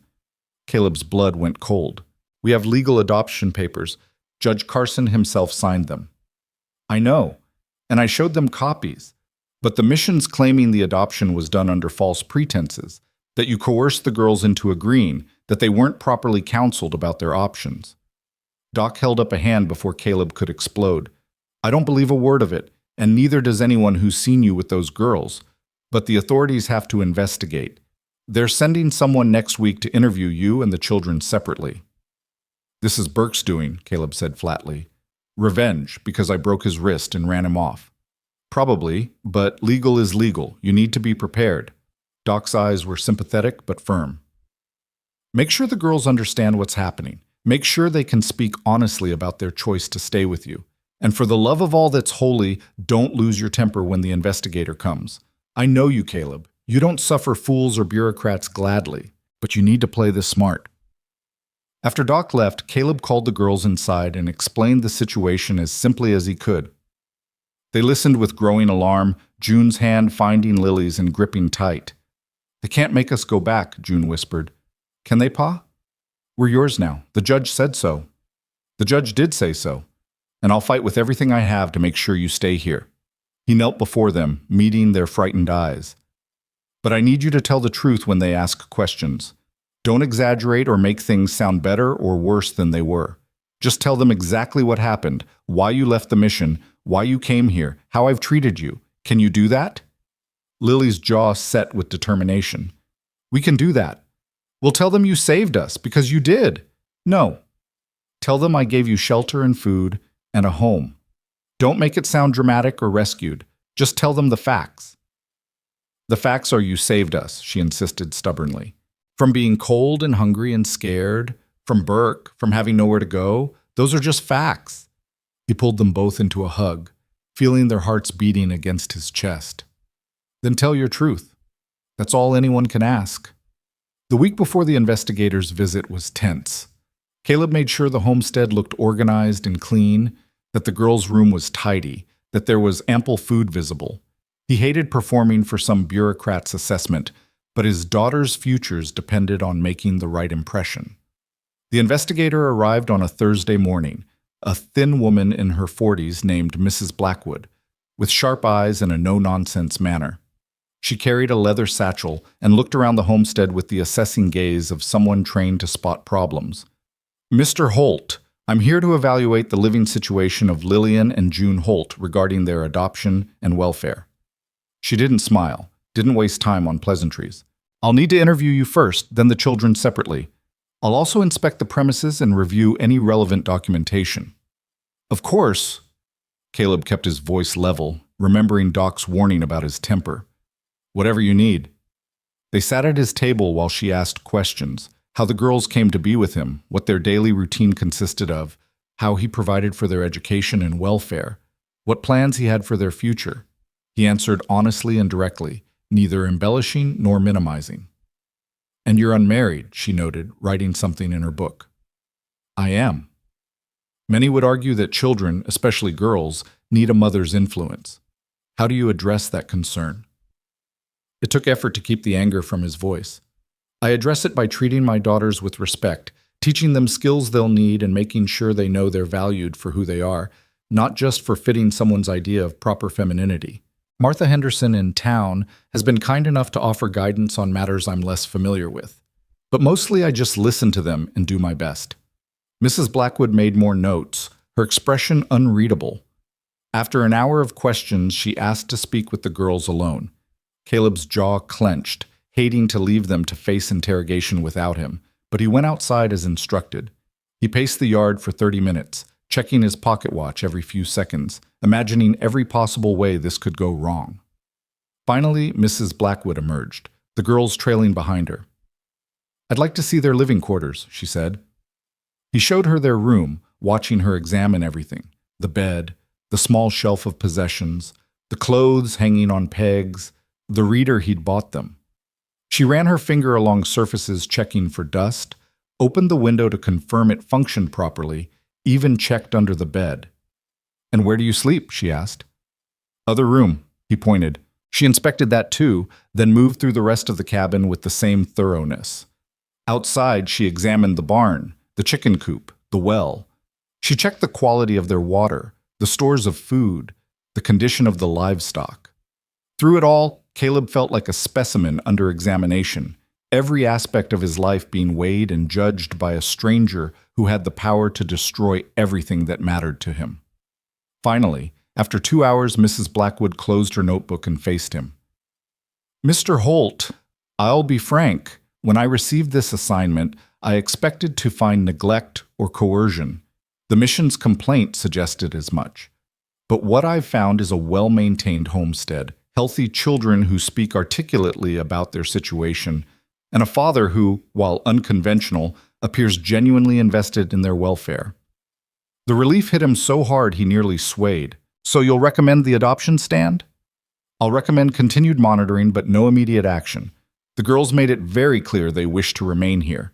Lillian in particular was quite eloquent about your character and her reasons for choosing this life." A hint of smile touched her stern face. "She told me you taught her that education is practical, and anyone who says different is trying to keep her dependent. Not standard educational philosophy, but I found it refreshingly honest." "That sounds like Lily.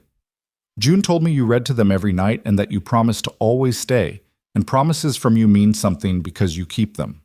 Mrs. Blackwood met his eyes directly. "Children know when adults truly care about them versus when they're fulfilling an obligation. Your daughters know you care." "I do." The words came out rough with emotion. "More than I thought possible." "Then continue as you are. I'll file my report stating the adoption appears sound, and the children are thriving. The mission may continue to object, but my recommendation will carry weight." She paused. "One suggestion: consider enrolling them in the town school when it opens in fall. Lily's education is adequate, but could be improved, and June needs more socialization with children her age." "I'll think on it." After she left, Caleb gathered his daughters and held them close, feeling like they'd survived something important and dangerous. "Did we do okay?" June asked anxiously. "Did we say the right things?" "You said perfect things. True things." He kissed the top of her head. "You both did so good." Lily pulled back to look at him. "She tried to trick me. Asked if you ever got angry or hit us. I told her you get frustrated sometimes when I don't clean the chicken coop right, but you just show me the correct way and never yell. Was that okay to say?" "That was exactly right, honest but complete." "I told her you saved our cow from the fire," June added proudly, "and that you taught me to throw snowballs really far." Despite everything, Caleb laughed. "Well, those are certainly important life skills." That night they celebrated with a special dinner, Lily's stew and fresh bread, followed by dried apple pie that Martha had sent home with them after church the previous Sunday. They ate until they were stuffed, then Caleb read an extra-long story because they'd earned the luxury of staying up late. Before the girls went to bed, Lily paused in their doorway. "Pa, what Mrs. Blackwood said about school in the fall, would you really let us go?" "If you want to, it's your choice." "I think I'd like to try it. June too, probably. She needs friends who aren't chickens." "Hey," June protested from behind her. "My chickens are excellent friends." "They are," Caleb agreed seriously, "but human friends are good to have too." After they finally settled for the night, he sat alone by the fire, thinking about how close they'd come to losing everything. Burke's vindictive complaint could have torn their family apart if Mrs. Blackwood had been less perceptive or more rigid. They'd been lucky, but luck had a way of running out, and Caleb knew that vigilance was the price of protecting what you loved. So he checked the locks, loaded his rifle, and settled in to watch, knowing that tomorrow would bring new challenges, new moments to prove he was worthy of the trust two small girls had placed in him. Outside, spring gave way to early summer. In the valley below, life continued its ancient patterns. And in a small cabin on the frontier, three people who'd found each other through desperation were building something rare and precious. A family forged not by blood, but by choice, courage, and unwavering commitment to stay. Summer arrived in earnest, transforming the Montana Valley into something almost unrecognizable from the harsh landscape where two desperate girls had knocked on a stranger's door months before. The meadows turned gold with wildflowers, the creek ran clear and cold with snowmelt, and the garden Lily had planted with such determination began producing more vegetables than three people could reasonably eat. Caleb watched his daughters move through their days with growing confidence, the haunted wariness slowly fading from their eyes. June had gained weight, her cheeks filling out, her laughter coming easier and more often. She'd taken complete charge of the chickens and had names for every one, could tell you which hen was broody and which rooster was getting too aggressive with the others. She still had nightmares sometimes, still watched the road whenever a rider approached, but the fear no longer defined her. Lily had shot up 2 inches and was starting to show the first signs of becoming a young woman rather than a child. She'd taken over most of the cooking without being asked, experimented with recipes from a book Martha had loaned her, and kept the cabin organized with an efficiency that sometimes made Caleb shake his head in wonder. But she'd also learned to relax, to sit by the creek with a book on Sunday afternoons, to laugh at June's elaborate stories about chicken adventures, to trust that tomorrow would come and they'd still be safe. The incident with Mrs. Blackwood had faded into memory, though Caleb remained cautious. He'd heard through Doc Frazier that Burke had left the territory entirely, heading east after his wrist healed poorly and left him unable to do heavy labor. The mission had gone quiet after Mrs. Blackwood's report, apparently deciding that pursuing the matter further would only draw attention to their own failures in supervision and care. It should have felt like victory. In many ways it was. But Caleb couldn't quite shake the feeling that something remained unfinished, some piece of their story still waiting to be resolved.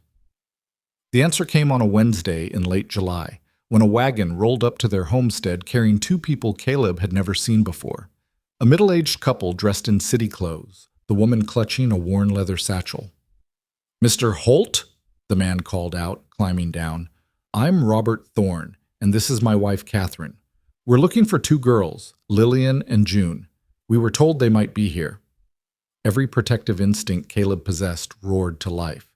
He stepped between the strangers and his cabin, hand moving toward the rifle he'd propped against the porch rail. "Who's asking and why?" Catherine Thorne's face crumpled slightly. "We're their aunt and uncle, their mother's sister and her husband. We've been searching for them for almost a year." The world tilted sideways. Caleb heard the cabin door open behind him, knew without looking that the girls had come out, drawn by unfamiliar voices. "That's not possible," he said slowly. "They were told they had no living family. That's why they were at the mission."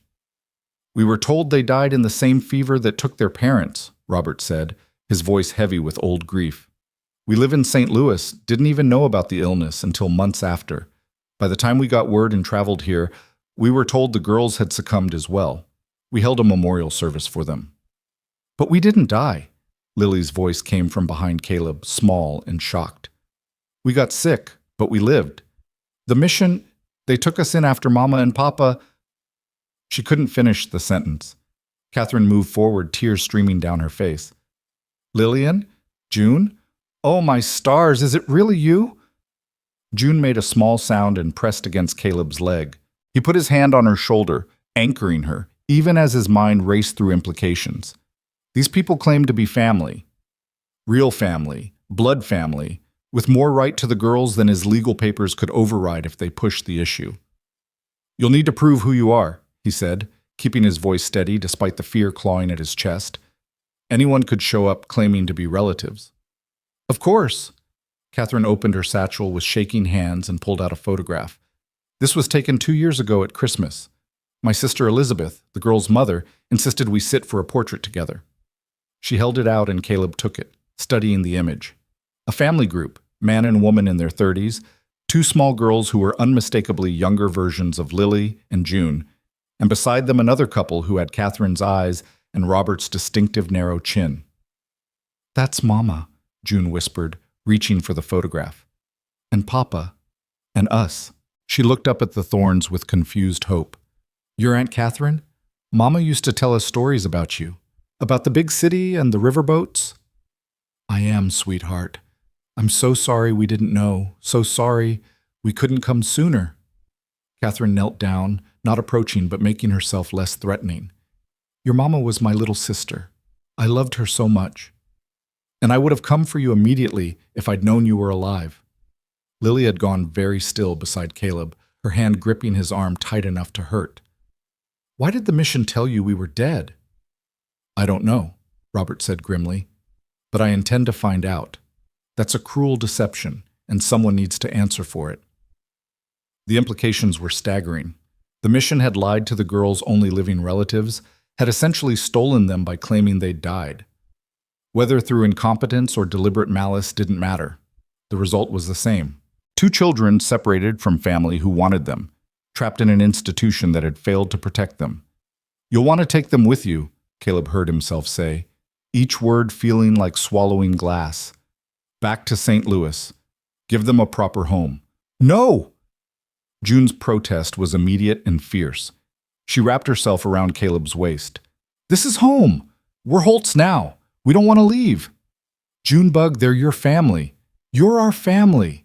She looked up at him with devastated eyes. You promised you'd always stay. You promised. Catherine's face showed understanding and sorrow in equal measure. Mr. Holt, perhaps we could talk inside? This is complicated, and I think we all need to sit down. Caleb wanted to refuse, wanted to send them away and pretend this conversation had never happened. But these were the girls' blood relatives, people with legal and moral claims that superseded his own desires. So he nodded stiffly and led everyone inside. They sat around his table, too many people crowding the small space, while an awful tension filled the air. June refused to let go of Caleb, perched on his lap like she was 5 years old again. Lily sat rigid between them, her face pale and set. We came here as soon as we learned the truth, Catherine began, her hands wrapped around the cup of coffee Lily had mechanically prepared. A woman from the mission's board contacted us 3 weeks ago, said there had been an administrative error in their records, that Lillian and June were actually alive but had run away months ago. She gave us your name and location. Mrs. Blackwood, Caleb realized. The investigator. She must have looked into their background more thoroughly. She did. And she was appalled by what she found.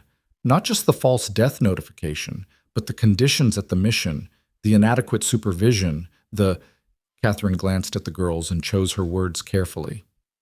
The incidents that led them to leave. So you came to take them back, Lily said flatly, to give them a better life in St. Louis with their real family. We came to see them, Robert corrected gently, to meet them, to understand their situation, and to figure out what's best for everyone.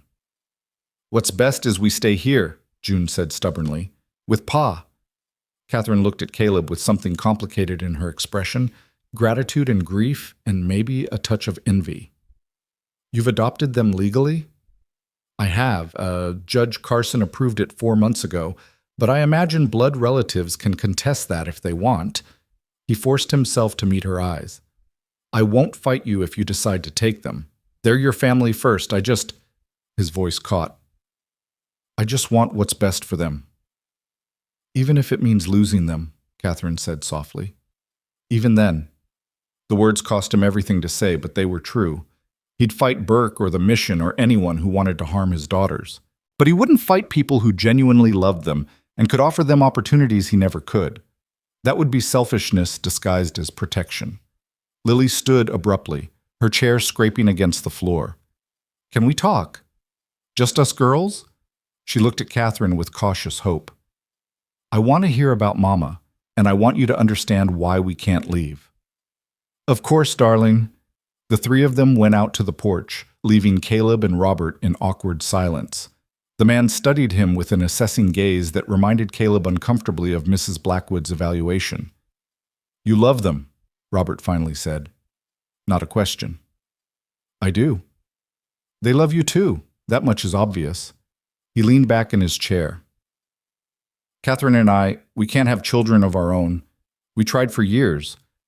When Elizabeth died and we thought the girls had too, it felt like losing our last connection to family. We mourned them. I'm sorry for your loss, and sorrier that it wasn't necessary, that someone's incompetence or cruelty made you grieve children who were still alive. Me too. Robert stared into his coffee. We have a good life in St. Louis, comfortable home, stable income, social standing. I work in shipping, decent money, respectable position. Catherine does charitable work, has friends, stays busy. We could give those girls everything: education, opportunities, a future beyond frontier hardship. Each word landed like a blow, because Robert was right. They could offer Lily and June things Caleb never could. Fine schools, social connections, the security of city life where danger wasn't constantly lurking in the form of weather or wild animals or violent men with grudges. But they'd be leaving behind the man who saved them when no one else would, Robert continued. The man who gave them a home when they had nothing, who fought for them, protected them, made them feel safe enough to heal. He met Caleb's eyes directly. That's not nothing. That's everything, actually. They're children. They'll adjust, make new connections. In a few years, they'll barely remember this place. You believe that? Caleb thought about Lily's fierce loyalty, June's deep capacity for love, the way both girls had learned to trust again after every adult authority in their lives had failed them. No, I don't believe that, but I believe they deserve the best possible future, even if it doesn't include me. Robert nodded slowly. You're a better man than I expected to find out here. Most men don't adopt orphans out of pure altruism. Wasn't altruism, was pure selfishness, if I'm honest. I was half dead inside and they brought me back to life. They needed saving, but they saved me right back. Outside, he could hear Catherine's voice mixing with the girls, questions and answers, tears and occasional laughter. A family reconnecting across a gap of loss and lies. Caleb tried to feel happy for them and managed only a crushing sense of impending loss. When they finally came back inside, June's eyes were red, but she seemed calmer. Lily carried herself with a new determination Caleb recognized as her preparing to fight for something important. We've talked, Catherine said, settling back at the table, and June and Lillian have made their position quite clear. She smiled despite the tears on her cheeks. They're staying here. With you. Hope flared in Caleb's chest, immediately followed by doubt. Catherine, you don't have to. Yes, we do, because they're right. This is their home now. You're their father in every way that matters. She reached across the table and took his hand. But I'm hoping we can find a compromise, something that lets us all be part of their lives. What kind of compromise? You keep legal custody, continue raising them here where they're happy and thriving. But Robert and I visit regularly, maybe twice a year. And when they're older, if they want, they could come visit us in St. Louis, learn about their mother's family, experience city life, understand that part of their heritage. Caleb looked at his daughters. What do you two think? I want to know about Mama, Lily said carefully. Aunt Catherine told me stories I'd never heard, about when they were girls together, about Mama's singing voice, about why she and Papa came west in the first place. Those stories feel important. Like knowing them helps me understand who I am. And I want to know my family, June added. Not instead of you, never instead of you, but also. Both together. Is that okay? The tightness in Caleb's chest eased slightly. They weren't choosing between him and the thorns. They were asking for permission to have both, to build a family that included everyone who loved them. That's more than okay, he said. That's perfect. Catherine's smile was radiant through her tears. We'll stay in town for a week. Get to know the girls better. Tell them about their mother. Maybe help with some projects around the homestead. Then we'll head back to St. Louis, but plan to return in the fall. Does that work? It works. The week that followed was strange and wonderful in equal measure. The Thorns stayed at the boarding house in town, but came out to the homestead every day. Catherine shared stories about the girl's mother, how she'd been fearless as a child, how she'd met their father at a church social, how she'd insisted on heading west despite everyone's warnings because she believed in building something new. She was like you, Lily, Catherine said one afternoon while they worked in the garden together. Practical and determined and absolutely certain about what mattered. She would have been so proud of the young woman you're becoming.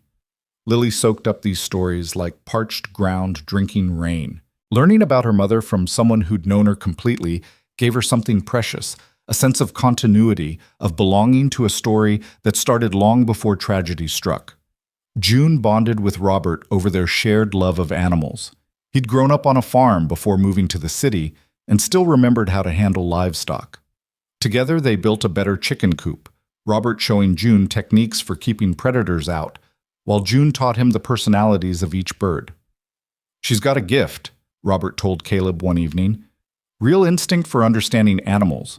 If she wanted, she could study veterinary medicine when she's older. Not many women do it, but she's got the mind and temperament for it." The comment planted a seed in Caleb's thoughts.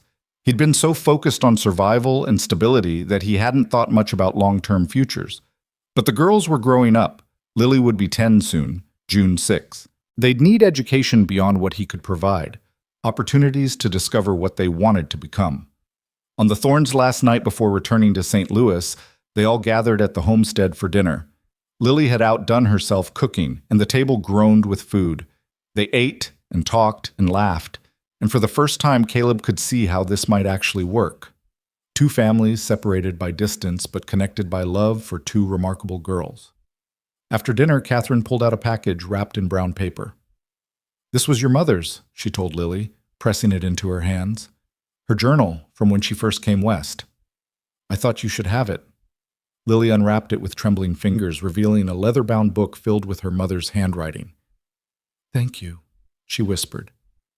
"This means everything." "And this," Robert said to June, "was supposed to be your Christmas present the year everything changed." He handed her a small wooden box. "Open it." Inside was a music box, delicate and lovely, that played a tinkling melody when wound. June's face lit up with wonder. "It's beautiful," she breathed. "I'll keep it forever." The Thorns left the next morning with promises to write and plans to return in October. The girls waved until the wagon disappeared from sight, then turned back to the homestead with expressions of contentment rather than loss. "That went well," Lily said simply.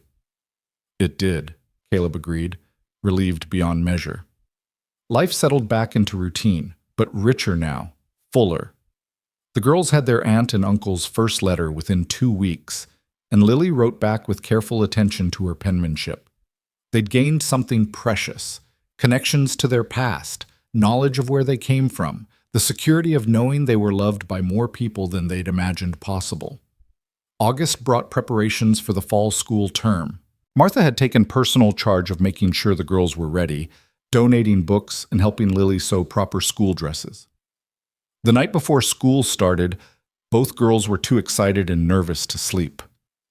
"What if the other kids don't like us?" June worried, lying in bed with Lily beside her. Caleb sat in the doorway, providing the comfort of presence without hovering. "They'll like you," Lily assured her sister. "You're good at making friends, and if they don't, well, we've survived worse than some snobby school children." June giggled nervously. "That's true. Nobody at school ever set fire to our barn." "Let's hope that remains the case," Caleb said dryly. The first day of school arrived with perfect late summer weather. Caleb drove them to town in the wagon, watching them walk into the small schoolhouse with their lunch pails and new slates. June looked back once, gave him a brave smile, then followed Lily inside. He waited outside for an hour, unable to make himself leave, until Martha found him lurking by the wagon. "They'll be fine," she said with amused sympathy. "First day is hardest for parents, not children." "I'm not—" He stopped. He was their parent. That's exactly what he was. "Yeah, I guess it is." When he picked them up that afternoon, both girls burst with stories. June had made 3 friends immediately and announced she loved learning to read. Lily reported that the teacher, Miss Peters, had praised her arithmetic skills and suggested she might help tutor younger students. The weeks of September passed in a blur of new routines. School days, homework by lamplight, helping with harvest, preparing for winter.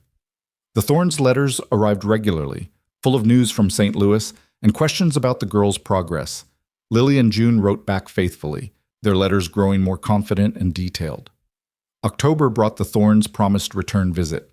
This time felt less fraught, more like family simply spending time together.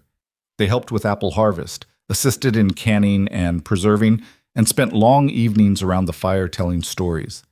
Catherine taught the girls needlework patterns their mother had loved.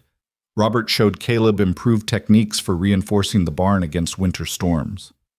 On their last night, as they sat together watching stars emerge over the valley, Catherine spoke what everyone had been thinking. "This arrangement, it's working better than I dared hope. You're happy here, aren't you, girls?" "So happy," June confirmed, leaning against Caleb's shoulder. "I have Pa and school and my chickens, and you visit, and everything is just right." "It is right," Lily agreed. "It feels like we finally have everything we were supposed to have all along." Caleb felt Catherine's eyes on him in the darkness. "Thank you," she said quietly, "for being the father they needed, for not resenting us for appearing and complicating things, for understanding that love doesn't divide, it multiplies." "Thank you for sharing them," he replied, "for trusting me with the daughters of someone you loved." After the Thorns departed, the first snow arrived, earlier than expected, heavy and insistent. Caleb stood at the window watching it fall, thinking about all the changes a single year had brought.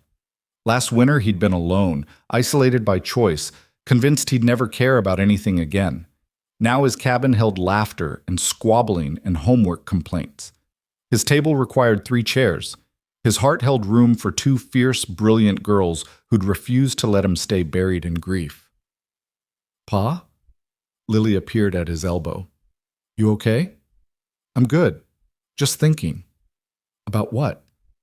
"About a knock on a door on a cold night, about how sometimes the worst moments lead to the best things." She slipped her hand into his.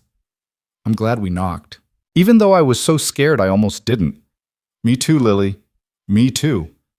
That evening, as had become tradition, Caleb read to his daughters by the fire.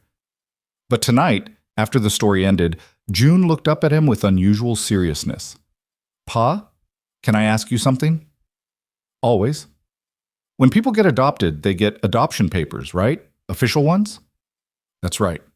I've got ours in the desk." "Could we see them?" He retrieved the documents, legal and official, proving beyond doubt that Lillian and June Holt were his daughters in the eyes of the law. The girls studied them carefully, running their fingers over the judge's signature and the official seals. "These mean we're really yours," June said. "Forever and always, no matter what." "They do. Even if Bert came back or the mission complained more, or anything, these papers mean we're a family that can't be broken." Understanding dawned.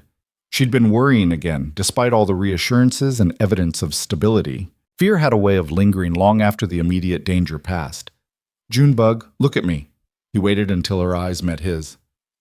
"Those papers are important. They protect us legally. But you know what makes us really family? Not paper. It's the fact that when I hear your laugh, my whole day gets better. It's Lily teaching you letters the way I taught her. It's us sitting here together, safe and warm, choosing each other every single day. That's what family is, choosing each other over and over." "And we'll keep choosing each other?" she asked, needing the reassurance. "Until I'm old and gray and you two are grown women with families of your own. And even then, you'll still be my daughters. That doesn't change." Lily set the papers aside and hugged him fiercely. "Thank you, Pa, for choosing us back." Later, after the girls were asleep, Caleb sat alone reviewing the day. Winter was coming, but this time he faced it with confidence rather than dread. The barn stood solid and well-stocked. The larder was full. Firewood was stacked and ready. More importantly, his family was healthy and happy and secure in ways that went beyond material preparation. They'd survived tests that would have broken weaker bonds: arson, investigation, the appearance of blood relatives with legitimate claims. They'd faced each challenge together and emerged stronger. That strength would carry them through whatever else life decided to throw their way. The following months proved his optimism justified. Winter settled in hard but found them ready. School continued despite snow, the girls trudging to town in boots Caleb had lined with extra fur. They learned and grew and brought home report cards that showed steady progress. Miss Peters wrote notes praising Lily's mathematical aptitude and June's creative storytelling. Christmas arrived, and for the first time in 5 years, Caleb actually celebrated it. The girls insisted on decorating with pine boughs and making paper ornaments. They baked cookies using recipes Catherine had sent. They exchanged small presents. Caleb gave Lily a proper writing desk he'd built in secret, and June a book about animals. The girls presented him with a scarf they'd knitted together, slightly lopsided but made with love. "Best Christmas I've had in years," he told them honestly, as they sat surrounded by wrapping paper and cookie crumbs. "Best Christmas ever," June corrected, "because we're all together." The Thorns sent packages, new dresses, books, candy, and a long letter describing their own Christmas celebrations. But they also sent something more precious: family photographs. Images of the girls' mother as a child, their grandparents, cousins the girls had never known existed. Each photograph came with stories written on the back, building a bridge between past and present. Spring arrived again, completing the cycle. A year since the girls had knocked on his door, though it felt simultaneously like forever, and no time at all. Caleb stood in his doorway on a mild April morning, watching Lily help June with her reading lesson outside while chickens pecked around their feet. The barn he'd rebuilt stood solid against the sky. The garden plot showed first green shoots of new growth. Everything spoke of continuity, of life renewing itself, of a future worth building. He heard the wagon before he saw it, Doc Frazier's distinctive rig coming up the drive. But this time Caleb didn't tense with worry. Whatever news Doc brought, they'd handle it together. "Morning, Caleb," Doc called, climbing down. "Girls look well." "They are well. We all are." "Good, good. Actually came with some interesting news." Doc pulled out a newspaper from his bag. "Judge Carson sent this, thought you'd want to see it." The headline made Caleb's breath catch. "Mission for Orphan Children Shuttered. Following Investigation." He skimmed the article quickly. Mrs. Blackwood's report had triggered a broader inquiry that uncovered systemic failures. The mission's directors had been removed, children relocated to better situations, and criminal charges filed against several staff members, including Burke, who'd been found hiding in Denver. "It's over," Doc said simply. "The whole corrupt operation. Your girls were just the beginning. Turned out dozens of children had been mistreated, and several other families had been falsely told their relatives died. Your case broke it all open." Caleb felt something unknot inside him. A tension he'd carried for so long he'd stopped noticing its weight. The mission couldn't threaten them anymore. Burke was facing justice. Other children would be spared what Lily and June had endured. "Thank you for telling me. Figured you'd want to know. Those girls of yours, they did something brave by leaving, and braver still by testifying when Mrs. Blackwood investigated. They helped save a lot of other children." After Doc left, Caleb called the girls over and read them the article. June listened with satisfaction, while Lily's face showed complex emotions: relief, vindication, and perhaps a touch of sorrow for what might have been different if someone had fixed the mission sooner. "Is it wrong that I'm glad Burke got caught?" she asked. "I know we're supposed to forgive and move on, but I'm glad he has to answer for what he did." "It's not wrong. Justice and forgiveness are different things. You can be glad justice happened without it meaning you're holding on to hate." Caleb put his arm around her shoulders. "And you helped make that justice possible by being brave enough to leave and honest enough to testify. You should be proud."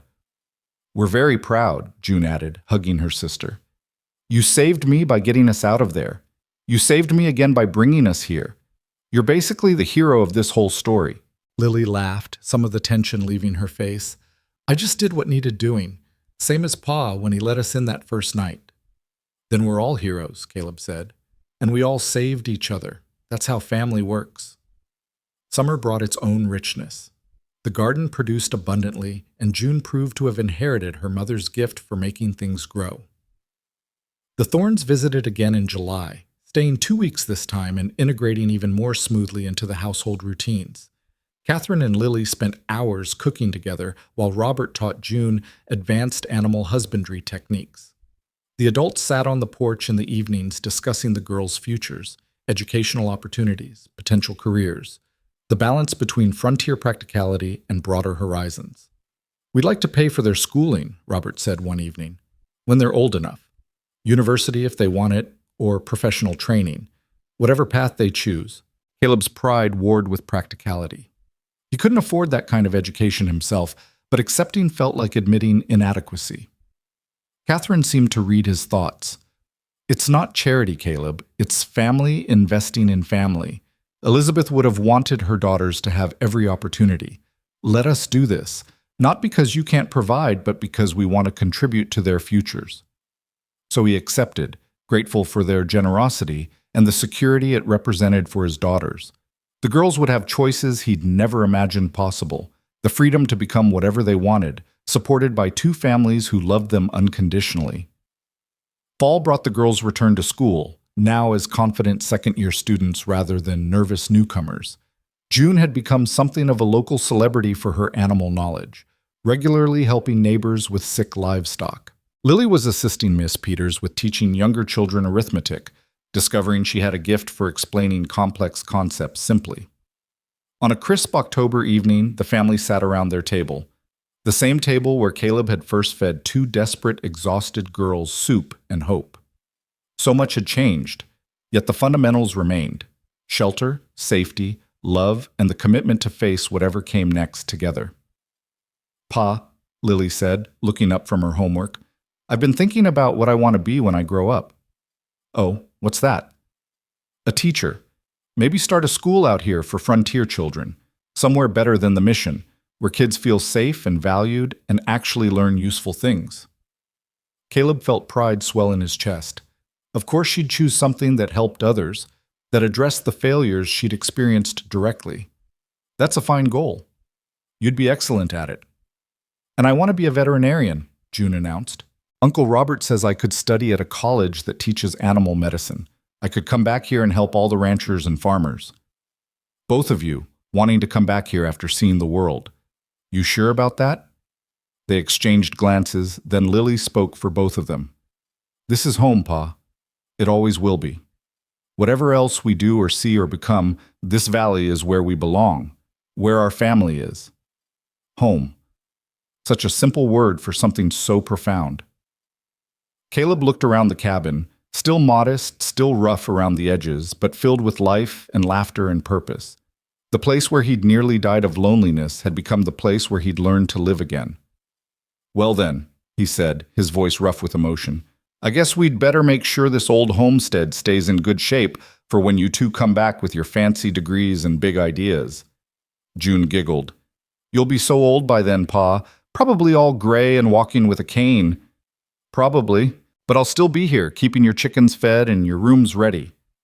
That night, after the girls were asleep, Caleb stepped outside into the autumn darkness. Stars blazed overhead, more visible out here than anywhere else he'd ever been. The valley stretched out below, familiar and beloved. Somewhere an owl hooted. The cow lowed softly from the barn, small sounds of a world at peace. He thought about that March night when two small figures had appeared on his porch, desperate and afraid. He'd been so certain it was temporary that they'd pass through his life like winter visitors and leave him as alone as they'd found him. He'd been wrong about almost everything. Love wasn't something you controlled or rationed or protected yourself from by staying isolated. It was something that found you anyway, knocked on your door in the middle of a cold night, and refused to be turned away. It was messy and terrifying and required constant courage to maintain. But it was also the only thing that made life worth living. The door creaked open behind him. Lily emerged, wrapped in a shawl against the chill. "Couldn't sleep?" he asked. "Just wanted to check on you. Make sure you were okay." He smiled at the role reversal, his daughter checking on him the way he'd checked on her that first fever-ridden night. "I'm good. Better than good, He paused, searching for the right word. "I'm grateful. For all of this. For you and June. For second chances I didn't deserve." Lily came to stand beside him, looking out over the valley. "We got second chances too. You gave them to us, so I guess we're all even." "I guess we are." They stood together in comfortable silence, father and daughter, connected by choice and love and the kind of bond forged through surviving hardship together. Inside, June slept peacefully, secure in the knowledge that morning would come, and her family would still be there. Below, the valley held all their hopes and histories. Above, stars wheeled in their eternal patterns, indifferent but beautiful. And in a small cabin on the Montana frontier, three people who'd each been broken in different ways had found their way to wholeness, not by forgetting their losses or pretending pain hadn't shaped them, but by choosing each other, despite, and because of those very scars. By building something new from the ruins of what came before. They'd faced fire and fear, investigation and threat, the appearance of relatives who could have torn them apart. They'd survived it all and grown stronger, their bond deepening with each challenge overcome. Now they stood on the edge of a future bright with possibility, education and opportunity and dreams that had once seemed impossible. But underneath all the plans and hopes remained something simpler and more profound. A family, chosen and fought for, maintained through daily commitment and constant love. A knock in the darkness that had changed 3 lives forever. A door that had opened not just to shelter 2 lost children, but to let in healing and purpose and the fierce, complicated joy of loving people enough to let them transform you. That was the story, not of rescue or salvation, but of mutual choosing. Of people finding each other when they needed it most and deciding over and over that together was better than alone. That family wasn't about blood or law or circumstances, but about showing up every day and doing the hard, worthwhile work of caring for each other. And as winter approached once more and the cycle prepared to begin again, they were ready. Not because life had gotten easier or danger had vanished, but because they faced it together. 3 people who'd learned that sometimes the best families are the ones you build yourself. 1 knock, 1 risk, 1 act of courage at a time. The story that had begun with desperate hope on a cold March night had become something neither Caleb nor his daughters could have imagined. A life full and rich and real, built on the unshakable foundation of love freely given and gratefully received. And that, in the end, was more than enough. It was everything.